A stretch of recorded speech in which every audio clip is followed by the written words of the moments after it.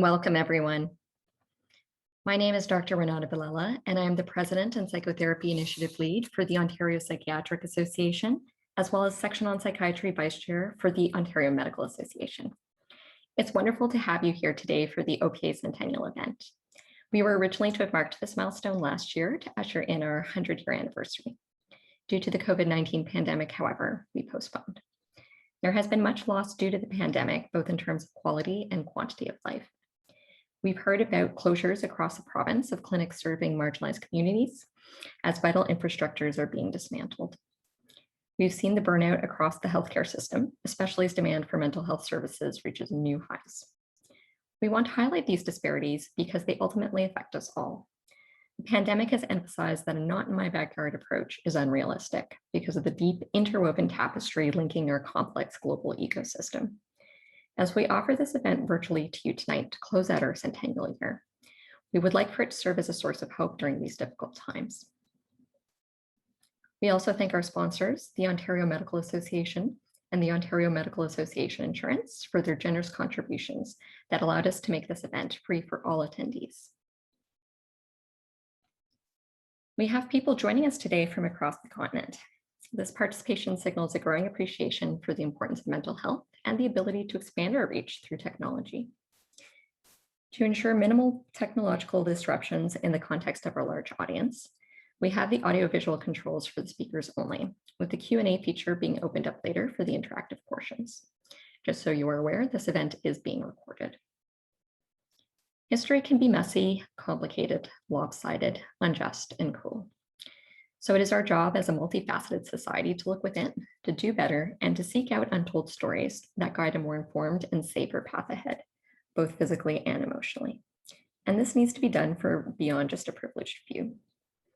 As part of that, I would like to orient you to the OPA's current key advocacy initiatives: access to care, psychotherapy, and Indigenous health. Today's event has been structured with these initiatives in mind, with each mapping onto portions of the programming and using different art forms as powerful tools to connect us through stories and to promote healing. While there are initiative tendrils that cross different portions, the Transplant panel will highlight access to care, the shoe exhibit and the video premiere will focus on psychotherapy, and the visual arts piece will connect with Indigenous mental health. Our keynote speaker will consolidate the provincial infrastructure perspective. As another component of our Indigenous Health Initiative, we're looking to forge meaningful and lasting ties with the Indigenous communities in the province. In consultation with Indigenous individuals on an approach to virtual events, we received guidance on putting forward a land acknowledgement that is anchored to Peel Region, as that is where our main OPA office is located. It is as follows. We would like to begin by acknowledging the land on which we gather and which the region of Peel operates, as part of the treaty lands and territory of the Mississaugas of the Credit. For thousands of years, Indigenous peoples inhabited and cared for this land. In particular, we acknowledge the territory of the Anishinaabe, Huron-Wendat, Haudenosaunee, and Ojibwe/Chippewa peoples, the land that is home to the Métis, and most recently, the territory of the Mississaugas of the Credit First Nation, who are direct descendants of the Mississaugas of the Credit. We are grateful to have the opportunity to work on this land, and by doing so, give our respect to its first inhabitants. The OPA would like to recognize the Peel Aboriginal Network and the other local Indigenous groups who helped develop the land acknowledgement for Peel Region. We have a fantastic itinerary today with a little something for everyone, so let's get started. First up, we have the current OMA President, Dr. Samantha Hill. Thank you so much, Dr. Villela, for introducing me and inviting me to speak with everyone this evening. I'm going to keep my remarks very short, as I am the least important person talking today. This is a momentous event, 100 years of supporting patients and advocating for mental health. And in fact, longer than that, but 100 years of the OPA. There is so much to celebrate, even during such a challenging year. Over the course of my term as president, I initiated monthly meetings between myself, the CEO, and the section on psychiatry to strengthen our relationship and improve the connection between Central OMA and psychiatrists in Ontario. I did this because I have the utmost respect for you and your colleagues, and I'm acutely aware that we are living at a time when, although the COVID pandemic gets much more airtime, Ontarians' mental health is likely the greatest challenge before us. You mentioned yourself, so many physicians are suffering from burnout, and not just physicians, healthcare workers at large. So many people are struggling. Just this morning, I read a title in the newspaper about soaring rates of antidepressants amongst our young. At this time, during this year, my appreciation for you, for your skills, for your expertise has only increased. So thank you. Thank you for all that you do to help those in need in our communities. I look forward to learning alongside many others over the course of this evening, and I wish you continued success for another 100 years. Thank you so much, Dr. Hill. And now we'll have a few words from Mr. Alan Nodet, the OMA CEO. Thanks, Dr. Villela, and good evening, everyone. It's great to be here and appreciate being invited. It certainly would have been a treat and a pleasure to be together live, but perhaps a little bit later in the year. Thanks, Dr. Hill, for your comments, and Dr. Kassam, our president-elect, is here with us as well tonight. I really want to say thanks to Dr. Villela, who's also the vice chair of the OMA section on psychiatry, along with Dr. Mamalidi, who will speak a little bit later tonight. I think Dr. Villela started talking to me about this event well over a year ago. It may have even been longer than that, but tremendous amount of time, energy, and effort has gone into all the work they do, but in particular tonight. So thank you both for all that you've done under these circumstances to make sure that we do come together to celebrate your 100 years and think a little bit more about mental health. Minister Tibollo is with us tonight, or he's going to be with us. I see his name here. Really a phenomenal champion in the Ontario Cabinet for mental health, wellness and addictions. And so, Minister, thanks for all that you do. I think it's testament to your commitment being here and spending time with this group tonight. I am really, really pleased that you're taking this time out and celebrating. And I don't want to say that we should be celebrating mental health, but celebrating the awareness around mental health. I've shared with a few of you right out of university. I spent about 6 months interning with a psychiatrist in the corrections world. And from that time on, I've really come to understand the complexity of mental health and really tried to be a champion around awareness and wellness writ large. So I appreciate having a moment tonight, Dr. Villela and Dr. Mamalidi, and I'm looking forward to your program. It looks like a fun program. I had some line of sight into it during your rehearsal last week, and I'll just looking forward to hearing from everyone tonight. Thank you all.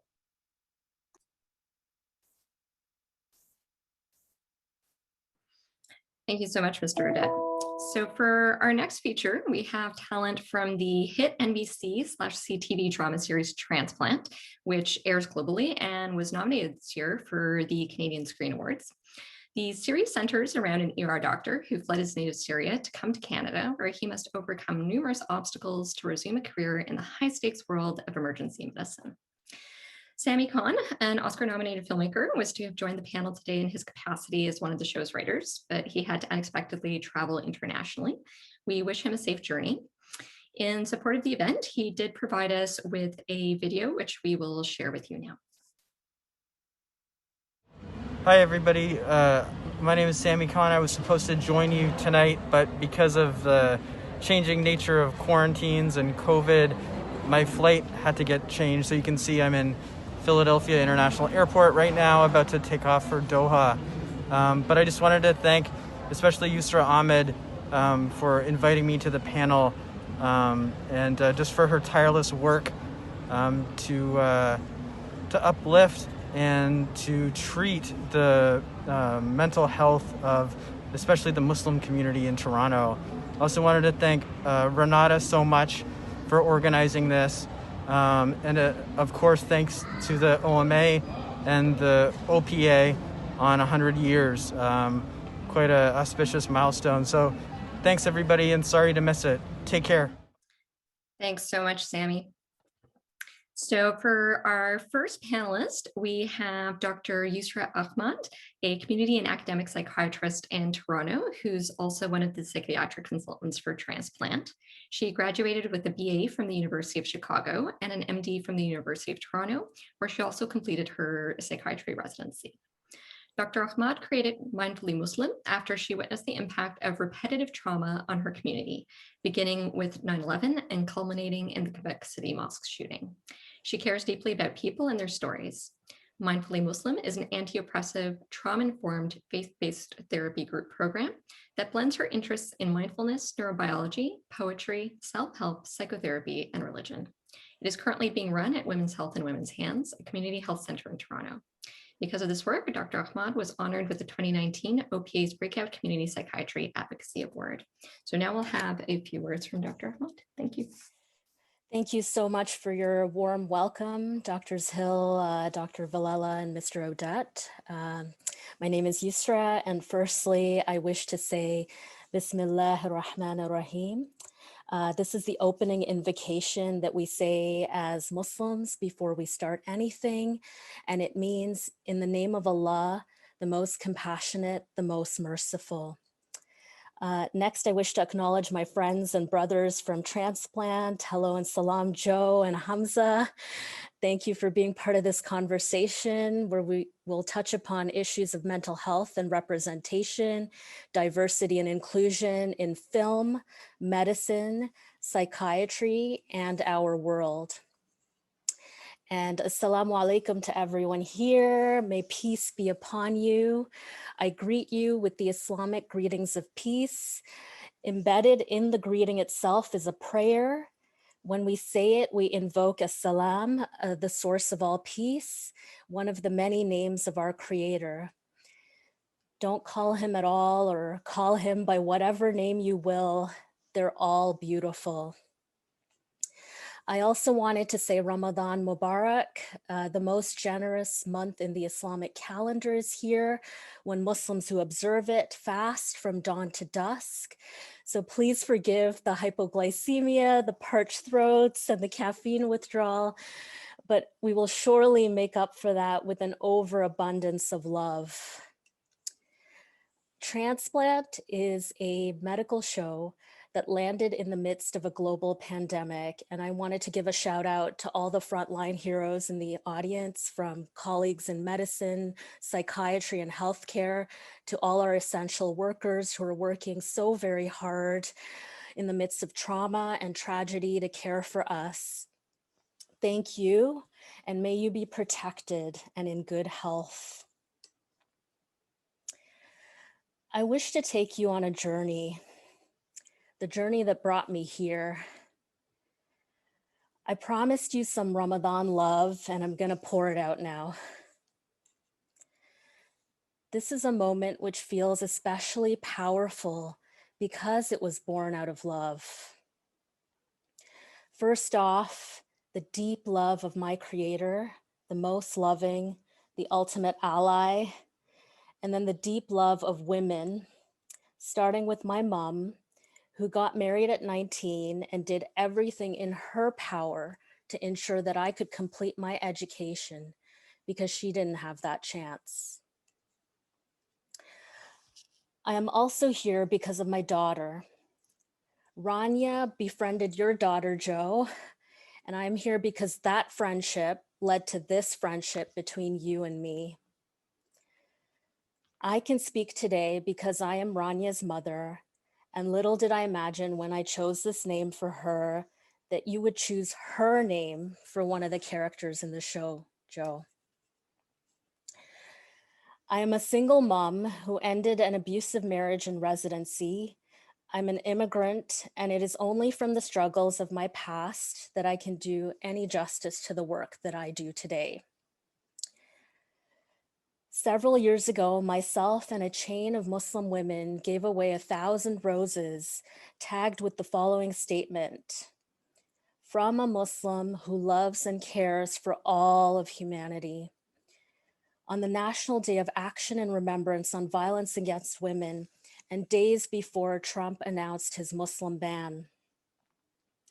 Each rose was individually handled.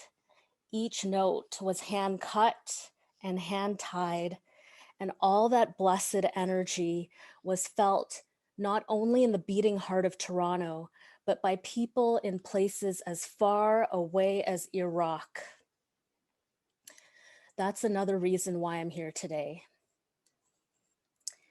And finally, I'm here because of the deep love, the sisterhood of a group of Syrian refugee women. We would meet in the basement of a shelter, a somewhat creaky and dilapidated old building near Bloor and Ossington called Sistering. In fact, the foundations of this building would shake while we were engaged in group therapy. And for some of the women, it reminded them of bombs being dropped in their motherland of Syria. It was in that basement with these women that I started to experiment with faith-based approaches to therapy in my capacity as a psychiatrist, utilizing verses of the Quran, prayers, the wisdom of Prophet Muhammad, peace be upon him, and other giants and sages from the Islamic tradition, combined with gorgeous poetry, words of remembrance of Allah, and breathing exercises. People would be doing their laundry in the room next door. And afterwards, we would sip tea out of paper cups, and the sisters would transport me with tales from the landscape of their childhood, steeped in sacred history and the collective heritage of humanity. In the subterranean belly of this Toronto shelter, not a shelter for bombs, but a shelter for women, my work on Mindfully Muslim was born. It's because of this connection of love and faith, of mothers and daughters and sisters, that I am here at all. I arrived early, after only the pilot had been written. And at that stage, as a consultant, I tried my best to communicate what trauma might look like and how it might manifest in the characters of Bashir and Amira in particular, with an eye to issues of race, culture, gender, language, religion, migration, socioeconomic status, and war. In so doing, I tapped into the struggles of my mother, my struggles as a single mother, the struggles of my Muslim sisters, and in fact, my reach went even further. I thought about all the people I've been blessed enough to meet, to treat, to serve, from the homeless, the marginalized, the oppressed, the mentally ill, the refugee who is struggling to navigate a culture and a system that can feel alien to her because it alienates her, to those who choose to dress differently, worship quietly, and love generously. If Transplant is resonating, it's because of the people and communities behind it, and because you got many things right. You are challenging a media narrative that has done incredible harm to my community, my ummah, an Islamic concept of community, which actually means mother. My mother has been badly wounded. She's hurting. And it is a harm that I see cutting through the individual bodies of patients I work with, from the torture and violence they may have sustained because of the war on terror, which was used as a pretext to persecute Muslim minorities across the globe, resulting in a refugee crisis in which 80% of refugees are Muslim, including the 1.2 million Rohingya refugees living in my home country of Bangladesh, to the loss of life, the gunning down and beatings of Muslims struggling with mental illness right here in Ontario, such as the cases of Abdurrahman Abdi, Suleiman Fakiri, and Ijaz Chowdhury, to name only a few. To the religious symbols ban in Quebec that has disproportionately affected Muslim women and their prospects for education and employment, right down to the identity struggles, bullying, and name-calling that just about every Muslim I know has experienced, especially our young people. When we see a patient, we are trained to diagnose the individual. Major depressive disorder, generalized anxiety disorder, panic disorder, and PTSD. It's about time we diagnosed and worked on a treatment plan for our society and our culture. Why do we reward ego and exploitation over generosity, kindness, and humility? Why define success in terms of environmental destruction and the accumulation of things? Disposable things made in factories by human beings who are often treated even more disposably. Why do we lay claim to lands that aren't our own? And why do we create and consume media that results in policies that police us, in systems that demean us, and in the manufacturing of wars that displace us? Why do we other one another when we are one? The pandemic has lifted the veil off of all of this, exposing the toxic roots of oppression, from anti-Black racism to Islamophobia, to the mistreatment of wildlife, to the mistreatment of women, to the social and economic structures that prioritize dollar bills over human lives. We are in a global state of confinement, and we are feeling the waves of painful contractions. In the midst of our current darkness, we can be much brighter. Let's lift each other up, give birth to our gifts, inhale more roses, stare at the stars, and appreciate both the awesome miracle and the utter insignificance of who we are in the cosmos. Look out for the most vulnerable and the wounded. Treasure human creativity and connection. Heal together and share some really, really great stories while we're at it. Thank you so much. I'm gonna turn it over to you now, Joe. Or Renata, if you can introduce Joe. Yes, that's where we're up next. So our second panelist is Joseph Kay, a writer and creator of series television, most recently Transplant, and the CBC drama This Life. Previous credits include the World War II drama Bomb Girls for Global TV and CBC's hit action comedy Republic of Doyle. Joseph co-created the single camera comedy Living in Your Car for HBO Canada. He was nominated for the 2021 Writers Guild of Canada Award, the ceremony for which he will be attending later this evening. Before becoming a screenwriter, he worked as a transactional lawyer at one of Canada's foremost securities law firms. Over to you, Joseph. Thank you. Thank you so much for having me, Dr. Villela. Thank you very much to the OMA and the OPA, and congrats on this milestone. Thank you also to Dr. Ahmed Yusra for being part of my life. It's a real honor.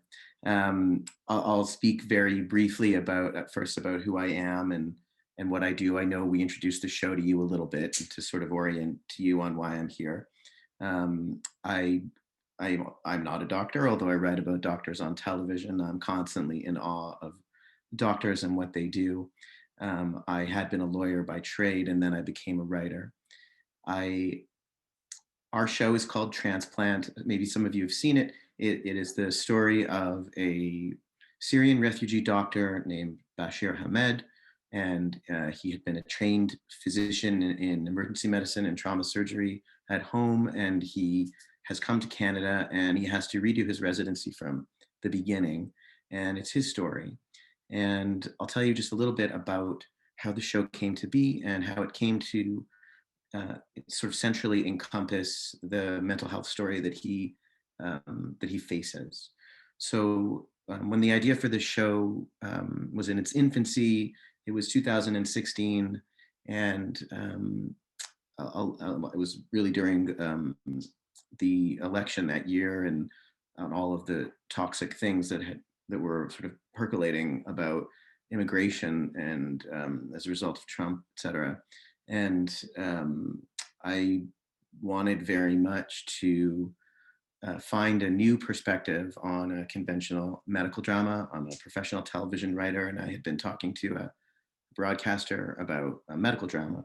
And I very much wanted to ground it in a perspective that we hadn't seen before. And what began then was a process of trying to understand who this character would be, and what his past was, and how he was going to be looking to change his life, and how he was looking to rebuild his life, and how we could tell that story.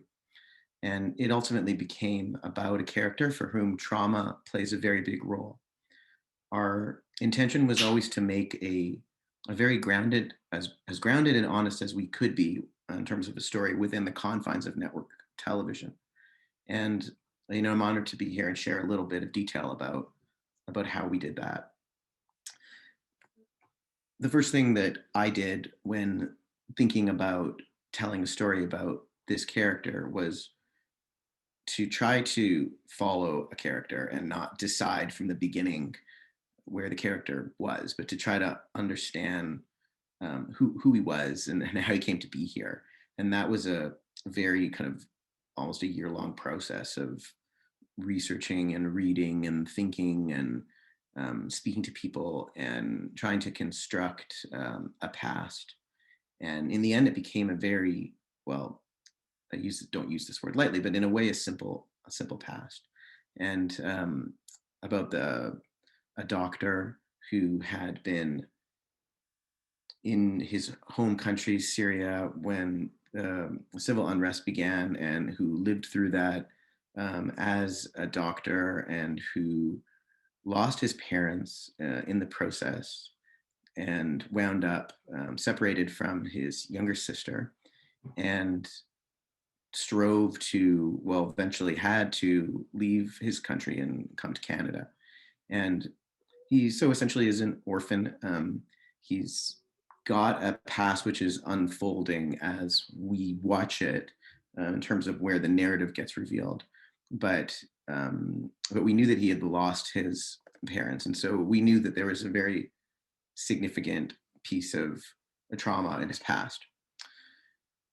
And we wanted very much to explore this in a way that felt real and honest and unlike what we normally see to be the conventions. So how? So the very first thing that I did once I had sort of created the backstory, the initial backstory, and actually sold the show to both CTV in Canada and to NBC Universal internationally, was talk to Dr. Ahmed, to Yusra. I had written a version of the pilot at that time, and we were at the very beginning of putting together a television show, which is a very slow moving train with a trillion moving parts, all kind of operating independently in many ways. And Dr. Ahmed educated me on how patients with PTSD are treated and how they live. She educated me and our writers, not just on this, but on the cultural currency at play here. And she spoke of Mindfully Muslim and how the main character's cultural identity would and should be folded into how he dealt with his trauma. That was a very important part of the process. Something that I also did extensively was speak to people with lived experience who could speak to the stories we were telling. And it's quite it's quite incredible how people are willing to share their experiences. And, my partners and I have heard people describe their time in the war in great detail, their experience losing loved ones, being imprisoned and tortured. People, who are here now, who have been incredibly generous, who have demonstrated an incredible generosity of spirit and shared these experiences with us in hopes that we could find ways to share their story that felt real to them. And we took all that information and all of that sort of emotion that we were allowed to access. And what I wanted very much to do, what I felt might be a thing that Transplant could do that hadn't really been done in this subject, was to infuse this story with a positivity and a hopefulness that destigmatized in a way, or invited empathy in it, really invited empathy in the experience. And that really was what I set out to do. And it was to, merge the immigration story with the medical drama, and in that character who's treating patients, but also a medical drama in that it's a person who needs a certain kind of medical attention himself. It's also a parenting story. And looking at how, for this character, everything is present all the time. His trauma is present in every patient he sees. It's present in the way he tries to parent his sister, the way he tries to protect her from his past that she might not have experienced, but at the same time, inadvertently pass it along to her. It's present in the way it overwhelms him sometimes, and he dissociates. But ultimately, like I said, we are a hopeful story. And although we're dramatizing the story of a man who faces these incredible roadblocks, what we're also doing is seeing him build relationships and share his problems and find people willing to help him and accept him as he is, as he learns that he needs to face the things that scare him, and that sort of running from them and hiding from them isn't the way through.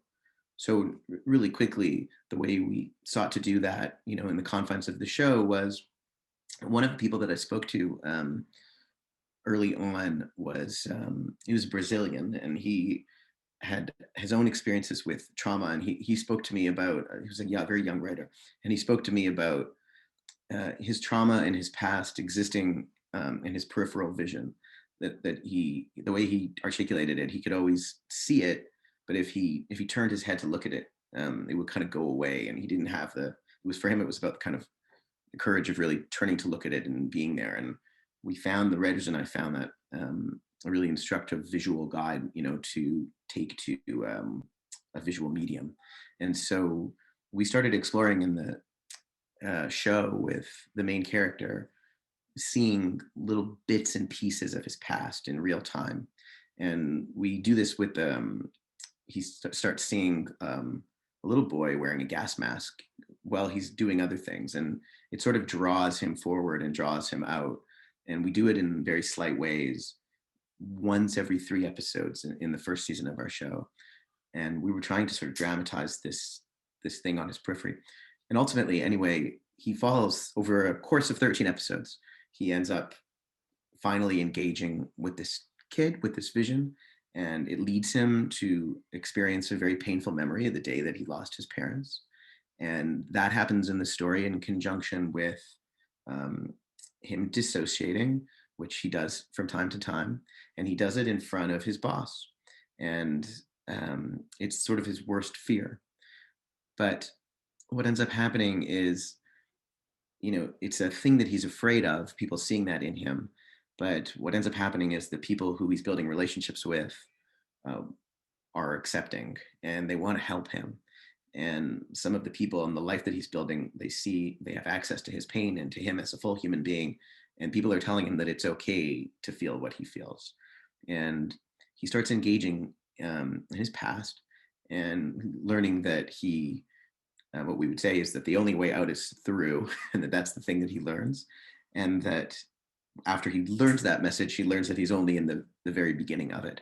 So that's sort of the entryway to this character forcing himself to engage in something he's afraid of, and finding it's sort of the very positive and hopeful consequences of doing so. And like I said, we're trying to do this in the context of an adaptation story of a person deciding whether or how much he has to change or not change to fit in. And his experience with trauma is central to that because he fears it and he runs from it. But he learns slowly that the people he's forming relationships with are open to helping him and hearing him and not judging him. And also that his very unique and singular experiences are bridges to all kinds of different pasts. And that as he forms connections, he learns to put his past behind him, even though it will always be with him.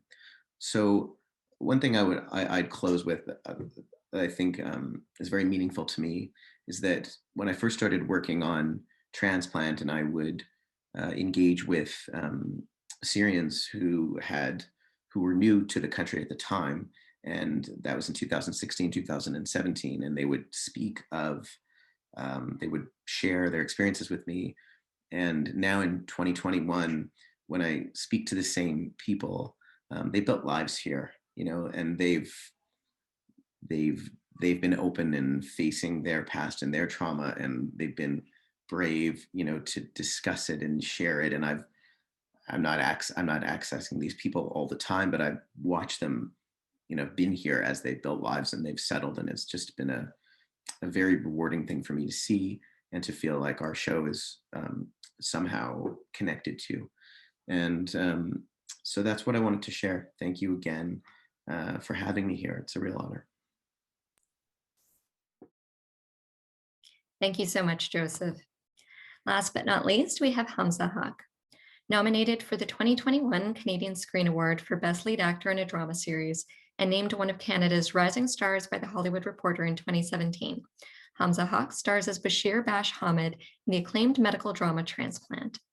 Other notable credits include recurring roles on the Cinemax series Jet opposite Carla Gugino and Quantico starring Priyanka Chopra. Hamza is a 2020 recipient of RBC's Top 25 Canadian Immigrants Award and has partnered with the Canada Media Fund's MADE campaign as ambassador to celebrate Islamic History Month. He has used his public platform to speak on issues important to him, including refugees' rights, racial injustice, and combating stereotypes. Raised in Ottawa, Hamza was born in Saudi Arabia to Pakistani parents and has called Canada home since 2000. He holds a Bachelor of Arts in Film Studies with a minor in law from Carleton University. Thank you, Hamza. Thank you so much for having me. This is congratulations to OMA, OPA for on 100 years. And I'm just going to rebuke something that Dr. Hill said in her opening statements. I'm the least important person speaking here. I know you want that mantle, but I wear that proudly because I'm the one probably contributing the least to mental health issues all across the country. And I'm in absolute reverence and awe of all the work that everybody as part of this panel is doing. So I wear that with pride. What I'd like to share is essentially when Joseph approached me to talk about this new Syrian refugee medical drama that he was writing, was I was hired as a character consultant to talk about my experiences as a brown Muslim man in Canada, and a lot of these beautiful things, a lot of these traumatic things, and a lot of them both being beautiful and traumatic, about what it means to grow up in the West as somebody coming from a different part of the world and trying to find his identity and trying to find his place and where he belongs with respect to the environment in which I found myself growing up in, and sort of the legacy and the heritage that I bring to this country that I was raised with. So there's always this push and pull, and I think for me the most beneficial thing in playing Bash is Bashir is kind of finding that little bit of catharsis in myself to be like, okay, well, I guess it has to be both. It has to be both me being who I am here and where I come from. I don't have another option, and there's kind of there's a divine beauty in that like, yep, it doesn't make sense. That's just what it is, and that's terrific. And to go more on what Joe talked about, when he approached me, when he started finally sharing scripts with me after talking to me about this show for months at a time, being like, all right, this is what we're actually looking to make.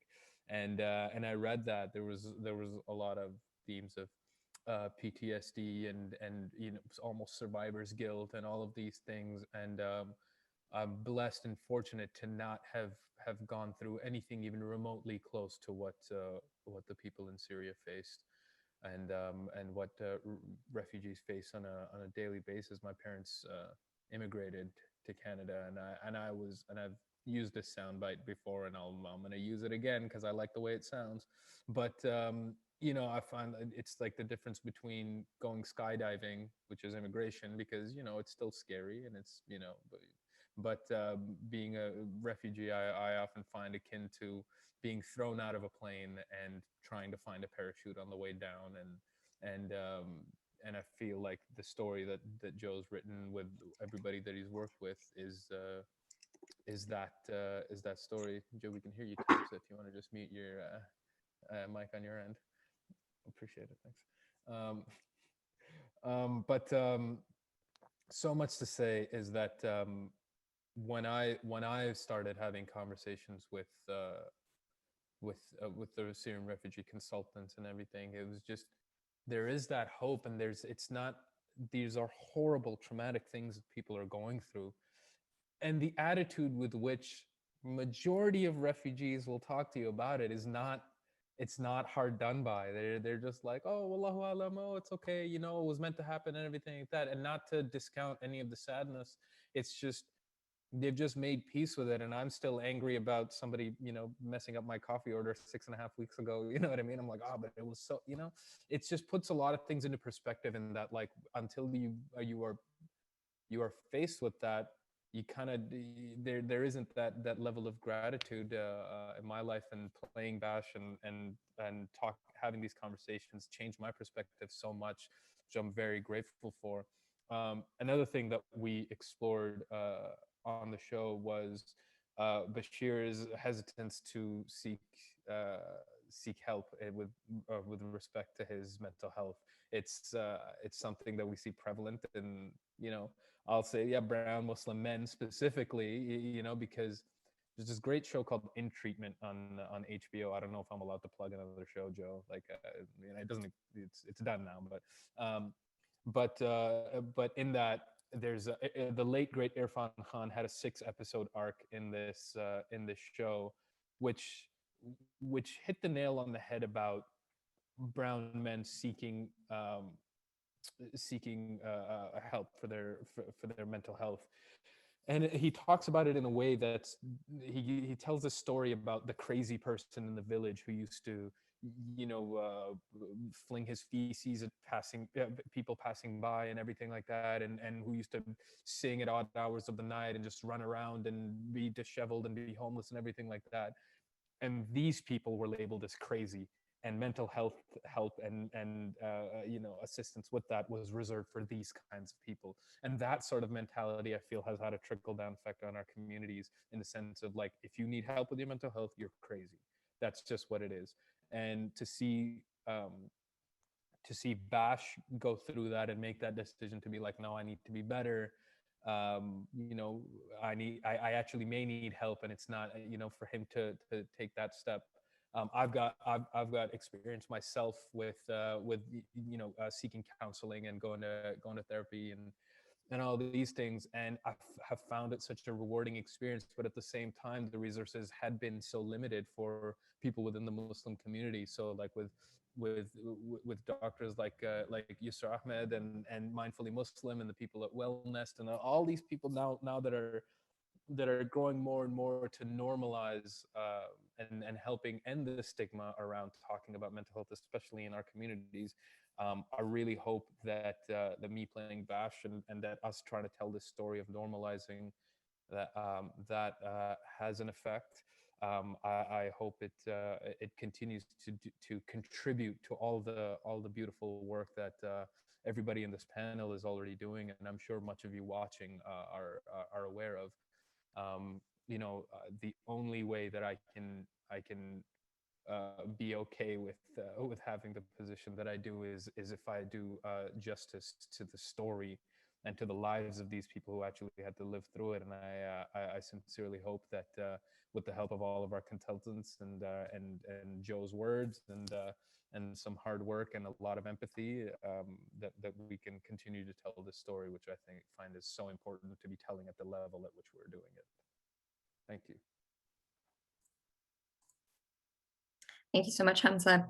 And I'm just aware of the time and some of the constraints that Joseph is under. Joseph, I want to check with you. Are you going to have to leave effectively now, or would you potentially have time to answer a question?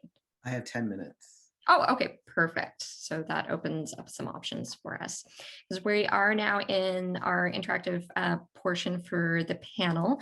We have our Q&A feature, and I see there are already a few questions that have come in. So feel free in terms of our audience to type them in, and we're going to do our best in order to get through as many of them as possible. And because again, Joseph has to leave a little bit earlier, if there are one specifically for him, do flag that so we can try to make it. All right, so just in terms of the first couple that we see here, I'll have one for you, Joseph. There's an episode in the first season that addresses vaccine hesitancy. What did the production want to highlight from the messaging in terms of privilege, and how would you apply that to the current COVID-19 pandemic? Yeah, we were very interested in Bashir's response to vaccine hesitancy, and so our desire to do it, which we wrote that episode 18 months ago, and our desire to do it was part of his backstory is that he fought to get vaccines into his country, and here he was in a country where people were willingly refusing them, and we found that a really interesting thing to explore, and we do it in conjunction with on an episode in which he reveals that he is an enemy of the state at home, and that he is essentially a political prisoner, and so that he actually sacrificed his own future in the country that he loves, Syria, for these kinds of issues. And it's at the time it was the idea of privilege, the privilege to say no to something, but we were very careful to not try to demonize the vaccine hesitant, to try to understand where that person was coming from, and to try to, take it from his perspective as well. I'll say really quickly, in terms of COVID, we're doing a new season right now, and we're not setting it during COVID because we're supposed to be airing in September. And we're all very hopeful that in September we'll be living a little bit differently, and we won't want to turn on the TV and see this exact world that we're living in right now. But we've been looking in the context of Bash's story to explore things like medical, access to equipment, which is something that's obviously come up in COVID. Looking for ways to tell stories about ventilator shortages, and looking for ways to tell stories about being separate from your loved ones when you have to say goodbye to them.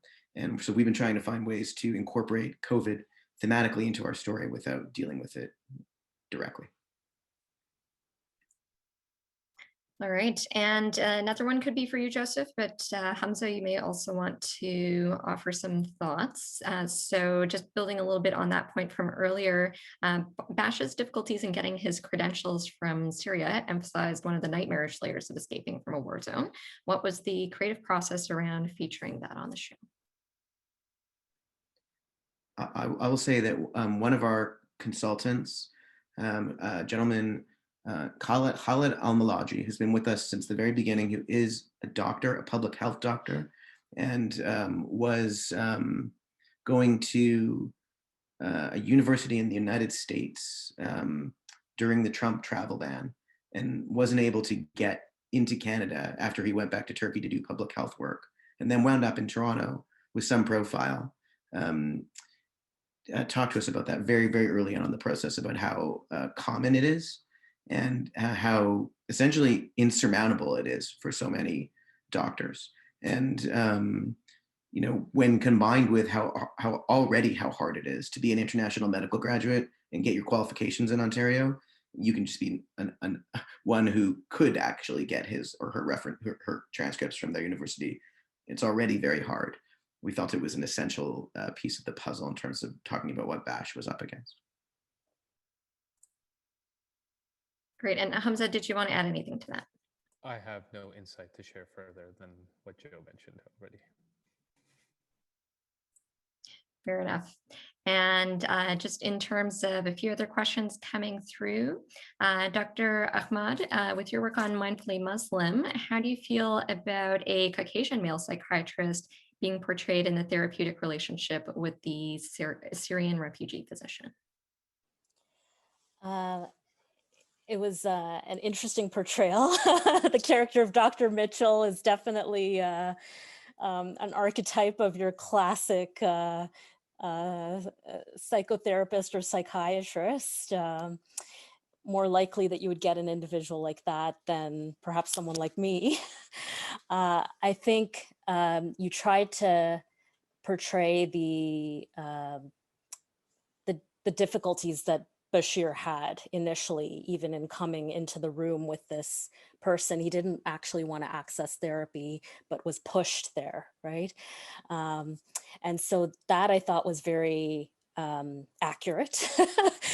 But I think overall, in my experience, this is a population, and this speaks to what Hamza, you had said earlier about some of the challenges of coming to therapy, that when it comes especially to a vulnerable population like refugees who may be in a precarious position, like Bashir, where he has the job in the hospital, but he doesn't have the paperwork. And if he's deemed to be mentally unstable, it could have ramifications on his entire status and livelihood. That people like that usually don't come to therapy, or if they do, they're not honest or forthright about their struggles. So it was lovely to see, but I think it would take a lot longer for someone to open up, in my experience. Yeah. And I'll just put in a plug in there for the necessity, I think, for culturally safe, culturally competent mental health care and therapy. There's such a lack of such services to begin with. And the very few that we even have are at risk, actually. Like I know of an amazing program at Toronto Western Hospital, the only one of its kind in Canada, an Asian mental health program that is slowly being eroded and piecemeal dismantled. And it's a travesty, given that anti-Asian discrimination has risen by 700% during this pandemic. And one of the only clinics that we have that addresses mental health in the Asian population is at risk currently. So there's a lot of work we need to do in this arena, in this area. Absolutely. And a question for Hamza now. In the show, Bash has an experience where he's racially profiled and treated like a criminal. What was it like for you, Hamza, acting in that scene in terms of what you wanted to convey? Well, what was again, these things happen in vacuums, like especially on the TV show, and the gentleman who was playing Mr. Watson on that episode is the sweetest guy ever. So it's like for him to do that, honestly, it's kind of, you just bring what you know to that, and what I know about being treated a certain way about what I look like. That's all of us. At one point or another, at some point, somebody says something about the way we look, or don't want to sit next to us on the bus, or you just, sometimes it's just a feeling that you understand, and I think it's as an actor, it's a gift to be able to experience that and share that story in a safe space, where when it happens out there in the real world, it is you do feel very unsafe. And immediately you see Bash turn to one of the white doctors on the show to be just like, hey, what do I do when this happens? Oh, did this happen? He's like, yeah, just you take care of it. And he has the option to do that, where I feel like a lot of times in the real world, we just don't have the option to turn to somebody, and we just have to grin and bear it, take the abuse and go for it. And I've found myself in those situations as well. I mean, this is not you know, we're having conversations about diversity and inclusion and everything like that. But, you know, I'm 30 years old, and, you know, there's a lot of other actors who are a lot older than I am. And we only started having these conversations a couple of years ago. So even within the industry, even within any field, to be, to receive that kind of treatment simply for the way that you look, for the way that you sound, for where you come from is a very normal thing. And it's, again, it's not something that I carry with you know, like too much heaviness, because it's just a fact. My parents worked in customer service and for 20 years, being called all kinds of names, and you know, and you know, they're not here complaining about it. They're just like, yeah, it's just the way people are. You know, that's the risk we took to come to Canada, and hopefully, you know, something good comes out of it. You know, they've got 4 kids. We all, alhamdulillah, have decent lives and are educated and everything like that. And I think for Bash to put up with that kind of abuse is worth it for the life he's able to provide for his sister. Not ideal, but, you know, what are you gonna do? Work with what you have, for sure. And a general question for anybody on the panel who'd like to answer, and recognizing that there are aspects of season 2 that are in the midst of happening right now. What is the team wanting to shift to in this season and really shine a spotlight on in what lies ahead? Joe, tell us. Well, we're always going to be telling this story of will the transplant take? That's the nature of the show. As soon as the transplant takes, our show's over. And so we're looking for ways to continue to tell the story. One thing that sort of creates a roadmap for us is this idea of Maslow's hierarchy of needs. And so we try to look at Bash's story that way. And we still see him very low on the pyramid. And, you know, we're not sure how long it will take to climb it, but we're still low. That's my perspective on that. Could you have said less? could you have given less information? Anyone else from the panel who'd like to answer that question? Yeah, I mean, so far as you know, I'd like to think I have a significant part to play on this show, and even I've only read up to episodes 8 of 13 going into it. So, and episodes 7 and 8, I just got on Friday. So it's interesting to see how it unfolds and what direction it takes. Again, I think we started off the show with almost no expectations, rather, in the sense of we didn't know what it was going to be, but it was cool that it was happening. And then from where we went from episode 1 to episode 13, the trajectory and the amount of storytelling and the amount of not barriers broken, but the amount of subjects that we talked about, the bravery with which all of the writers came about with trying to tell these stories. You know, it was sort of the slow progression of it was going up, up, and up. And my desire as an artist and a storyteller is that we continue to do that. Yusra, did you want to add to that, or we have next up a question for you? So just want to check. Well, I think I'm in the dark about everything. Usually I just happen to show up at the right time somehow. But I love what you said, Hamza, though, that it's a journey, you know, the creation of the show, and that things can get deeper and richer and more meaningful, and that we're all learning and growing together in this work. And I just love that. That's fantastic. Thank you, Joe, for creating that kind of an atmosphere. Thank you for being with me. Thank Hamza for being amazing. I'm so sorry I have to drop off right now. My event is starting, but I just wanted to say thank you again. It's been a real honor for me to be here, and thank you so much. Wonderful, Joseph. Really appreciate that you took the time to join us this evening, and good luck. Thank you, and congrats again with the milestone. Take care. All right, so we'll move on to the question for Dr. Ahmad. Mindfully Muslim exemplifies excellence in access, equity, and culturally competent care, ultimately a safe place for members of a group that has been plagued by misunderstanding and hate. Substantial resources and time are necessary in executing such an excellent project. I'm wondering if you were provided material, assistance, or support from organizations other than Sistering and Women's Health in Women's Hands. For example, government funding, University of Toronto's psychiatry department, etc. Wow, that's a great question.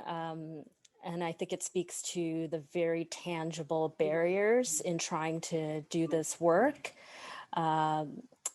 I receive support from community partners, not only Sistering, which I work through the Inner City Health Associates to get some help there, and Women's Health in Women's Hands, but also Thorncliffe Park. However, when it comes to more established academic settings, it's been extremely challenging to get any kind of traction or tangible help or support. And unfortunately, that poses a real barrier for the work because I want to study it. I want to research it in terms of, its feasibility, effectiveness, and acceptability. And I'm having to do a lot of academic work, a lot of advocacy work completely as a volunteer, almost 100% as a volunteer. So it does pose immense barriers in terms of trying to not only establish this program, validate it, also scale it up and make it more accessible to the population, given the enormity of the need that has to happen somehow. And institutional support has been hard to come by. Thank you so much for the question. And we have another one for you that's come up. It says, domestic violence is common in Canada. Many women bear it for the sake of their children or because they have no roof over their head. Can you expand upon your program to include the many hundreds who have no voice? So is the question, can I expand the program to those who are struggling with domestic violence or gender-based violence, family violence in their homes? Is that? That's how I'm interpreting the question as written. So I think the program already, we don't have a group that's tailored to women who are going through family violence in the home, so that 100% of the participants are articulating this as an issue, but these women are in our groups already. So whichever groups we're doing, there's always stories of such a nature that do come up. It's not something I overtly ask about, but in time, people talk about certain things that they're struggling with, and that's definitely one of them.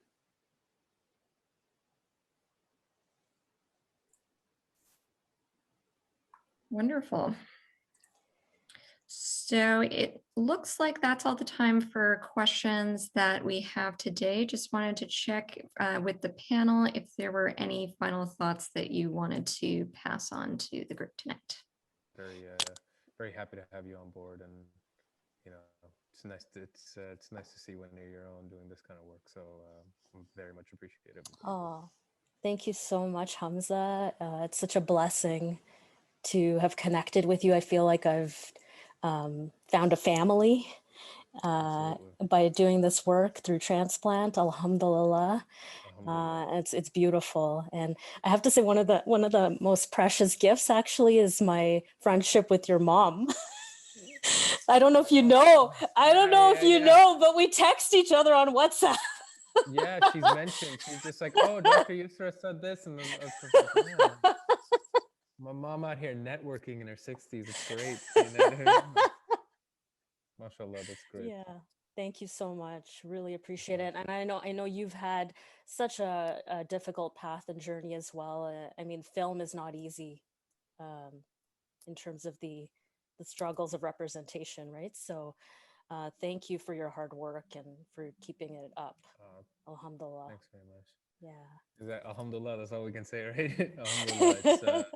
I'm fortunate to have had the opportunity to do difficult work. It's good. It's good. Thank you. Thank you. Well, it's wonderful to see such a sense of community that's come from the work that all of you have put into the show. And thanks again to our amazing panel, and good luck to all of you. I know the show has been nominated for several different components, and I think it's going to be an exciting award season for all of you. Bye for now.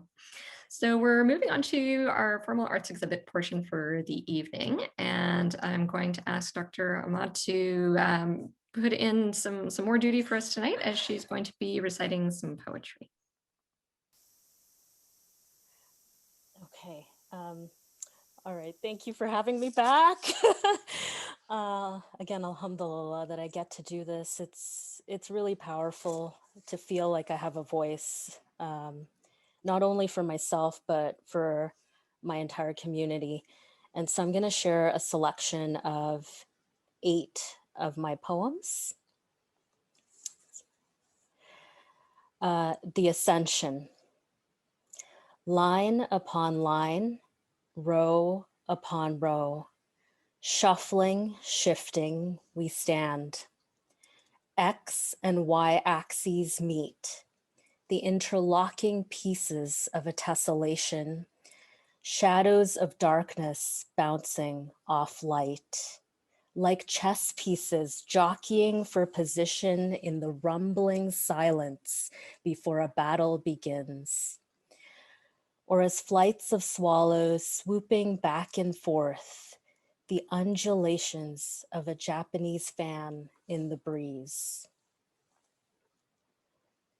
Sandalwood beads slip through fingers like grains of sand in an hourglass, while upswept hands cup mercy streaming from angels' wings.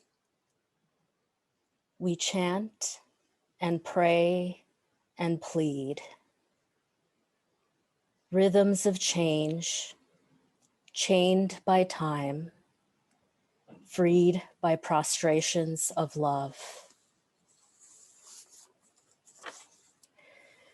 Stardust.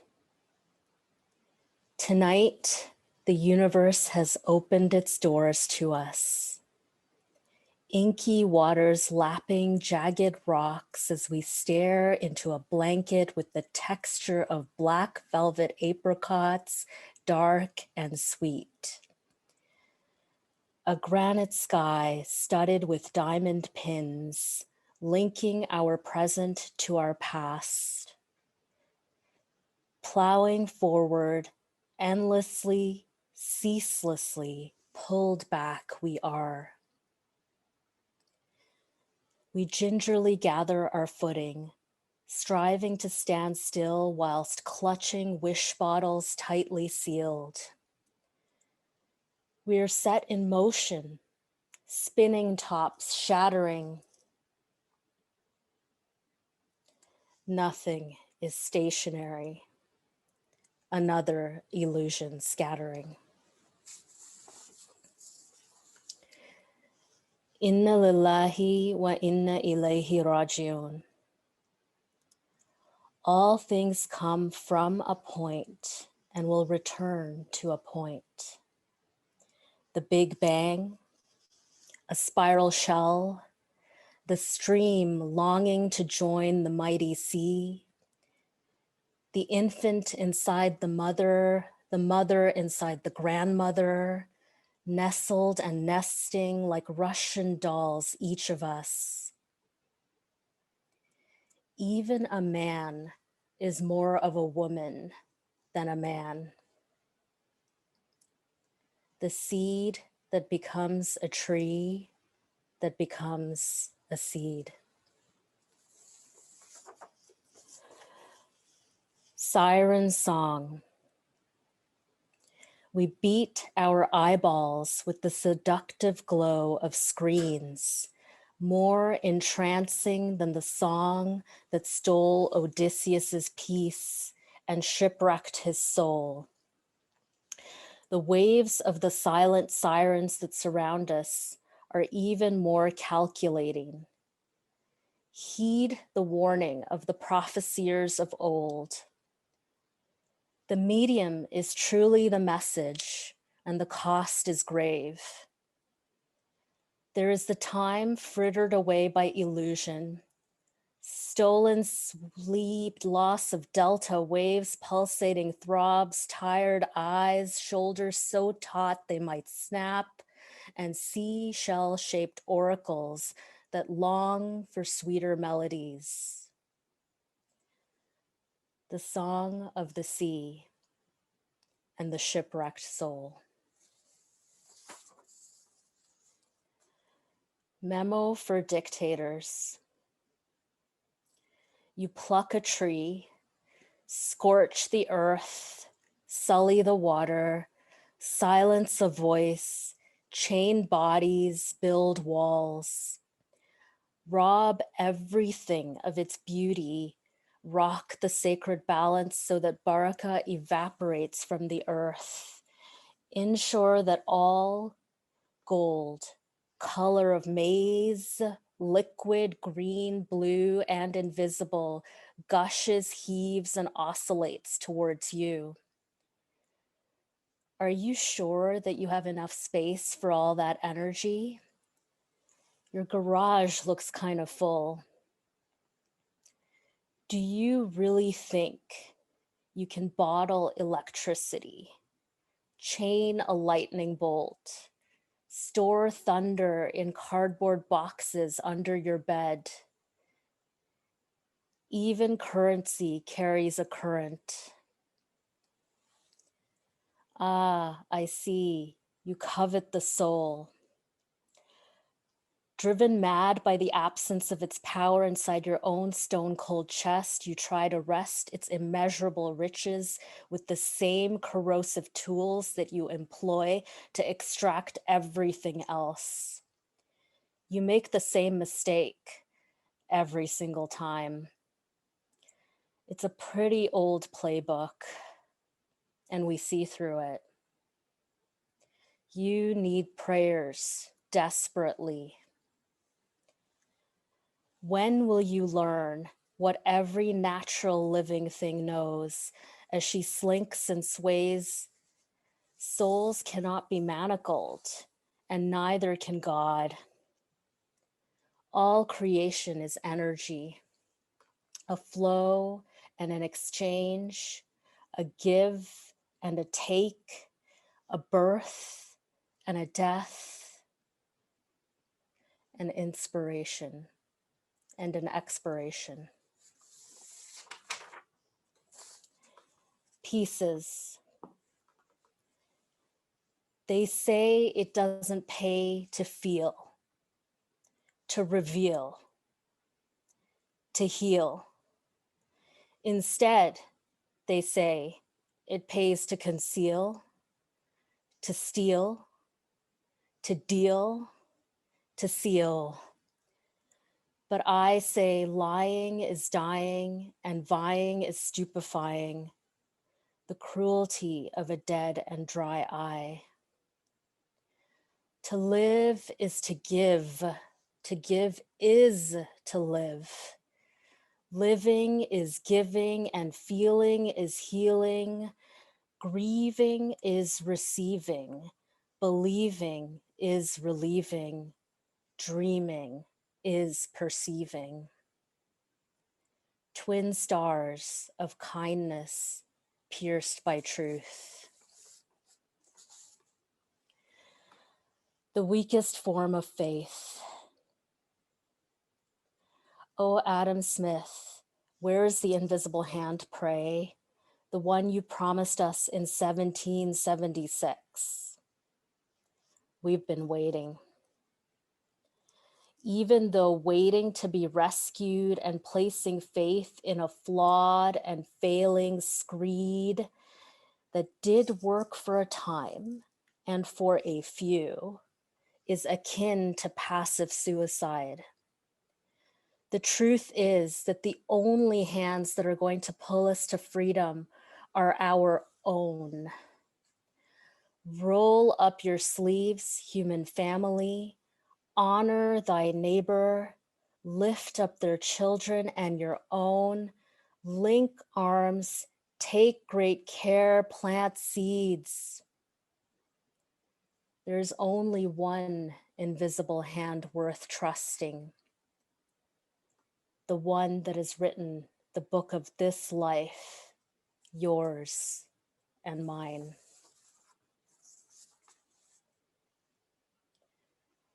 Hearing voices. I am an introvert in a world that pushes me to be an extrovert. I am an artist in a world that values me as a scientist. I am a healer in a world that reduces me to a set of letters: BA, MD, FRCPC. I am a woman in a world that wants me to be a man. I am religious in a world that tells me to be secular. I am spiritual in a world that tells me to be religious. I am religious in a world that tells me to be spiritual. Religious, spiritual, religious. I am a human being in a world that desires me to be invisible. I am wild in a world that coerces me to be civilized. I am civilized in a world that calls me to be wild. I am a speaker in a world that commands me to be silent. And I am a Muslim in a world that tells me to be anything but. I am silent in a world that pressures me to speak. I am patient in a world that tells me to rush. I am free in a world that wants me to be in chains. Introvert, artist, healer, woman, religious, spiritual, religious, human being, wild, civilized, speaker, Muslim, silent, patient, and free. Thank you. Thank you so much for having me. Wonderful. Thank you, Dr. Ahmad. In the next segment, we are calling it In Their Shoes, Sharing Psychotherapy Stories. By way of background, I chose psychiatry because I was drawn to the moving narratives that patients share as part of their mental health care encounters. Exploring these complex life histories are what inspired me to offer long-term therapy for those with the most complicated circumstances. In my role as a psychiatrist, I saw opportunities to work with patients to put the puzzle pieces of these stories together in a meaningful way so as to help them understand the root of their problems. This work allows us to develop healthier approaches to managing those issues. I drew upon that as inspiration for putting together this exhibit. Last year, we invited community contributions from across the province, asking those who had a positive experience with intensive or long-term psychotherapy to share their stories with us. Using the concept of walking in another person's shoes, the visuals highlight the journey these individuals have been on towards recovery. From those donations, we created a selection that became our digital capsule collection that you see here today. And all of the physical shoe contributions are going to be donated to charity. Feel free to browse through these and the other visual parts from today's art exhibit.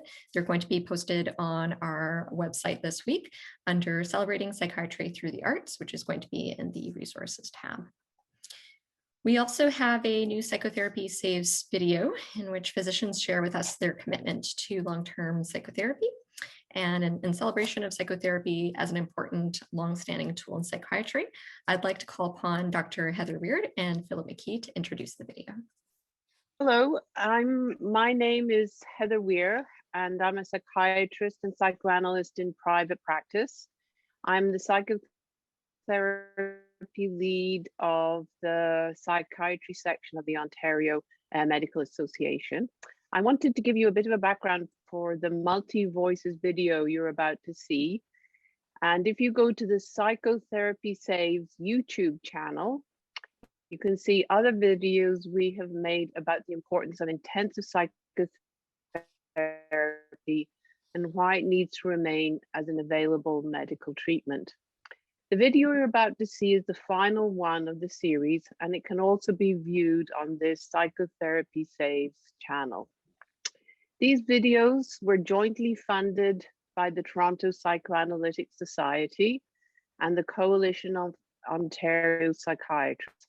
And that is a joint organization of the OMA section on psychiatry and the Ontario Psychiatric Association. And we would like to thank them for their sponsorship. With the multi-voices video, we wanted to make an accessible, easily watchable representation of a diverse group of psychiatrists and physicians talking about why they think intensive psychotherapy is an important treatment. On an afternoon in August 2019, in a studio at Dundas and Carlisle, we gathered together a group who came from all types of practices. They responded with alacrity to a rather last-minute call, and we would like to thank them all for taking time out of their busy practices. We are very grateful for their participation, and for people who are not normally in front of a camera, they did an amazing job. And I would also like to say I envy my 2019 hair. I was looking at it and thinking, oh, that's what it used to look like. The video was directed, produced, and edited by Philip McKee, and he was also the interviewer. He has managed to wrestle a huge amount of footage into a snappy YouTube-ready narrative. And Philip McKee is a theatre artist, theatre director, and maker of short films. He's also studied psychodynamic psychotherapy and is completing a master's in counseling. So great combination for us to have help in making these videos. So I'd like to turn it over to Philip McKee now.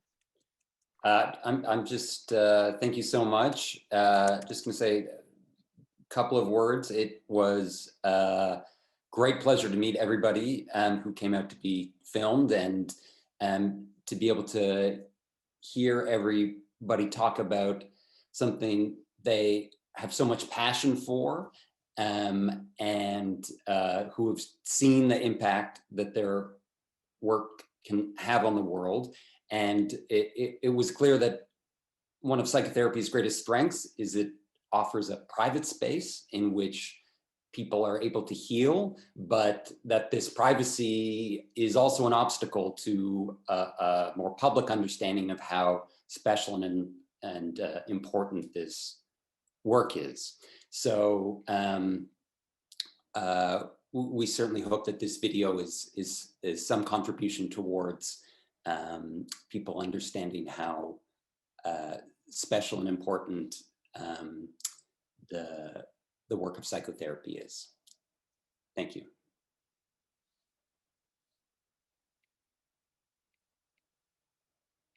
So I feel extremely privileged to be able to offer long-term intensive psychotherapy as part of my psychiatric practice. Psychotherapy is a form of talking.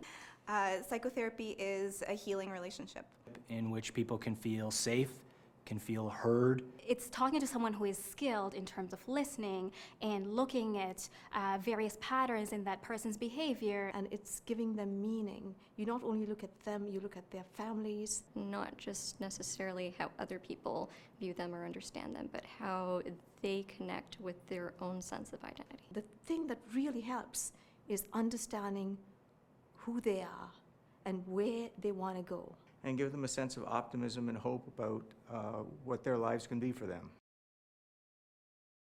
I think one of the potentially most damaging misconceptions about psychotherapy is that it's just not effective. Well, that psychotherapy is easy. Is that it's not evidence-based. Is that it works quickly. And that psychiatry's real tools are the the pharmacological approaches, medication. One of the common misconceptions about psychotherapy is that it's for a group called the worried well. I don't view psychotherapy at all as a luxury. I view it as a necessity, and one which I often have trouble finding for my patients. Psychotherapy is very hard work. It's very hard work for the psychiatrist who's doing it, and it's very hard work for the patient. People who present well, who may be high functioning, may even be overachievers, can be suffering also, and oftentimes they can end up killing themselves. I strongly believe that psychotherapy can save lives, especially for people who've had significant histories of trauma and or chronic suicidality. I work with primarily a PTSD population. Many of the patients that I see, it is the only treatment left.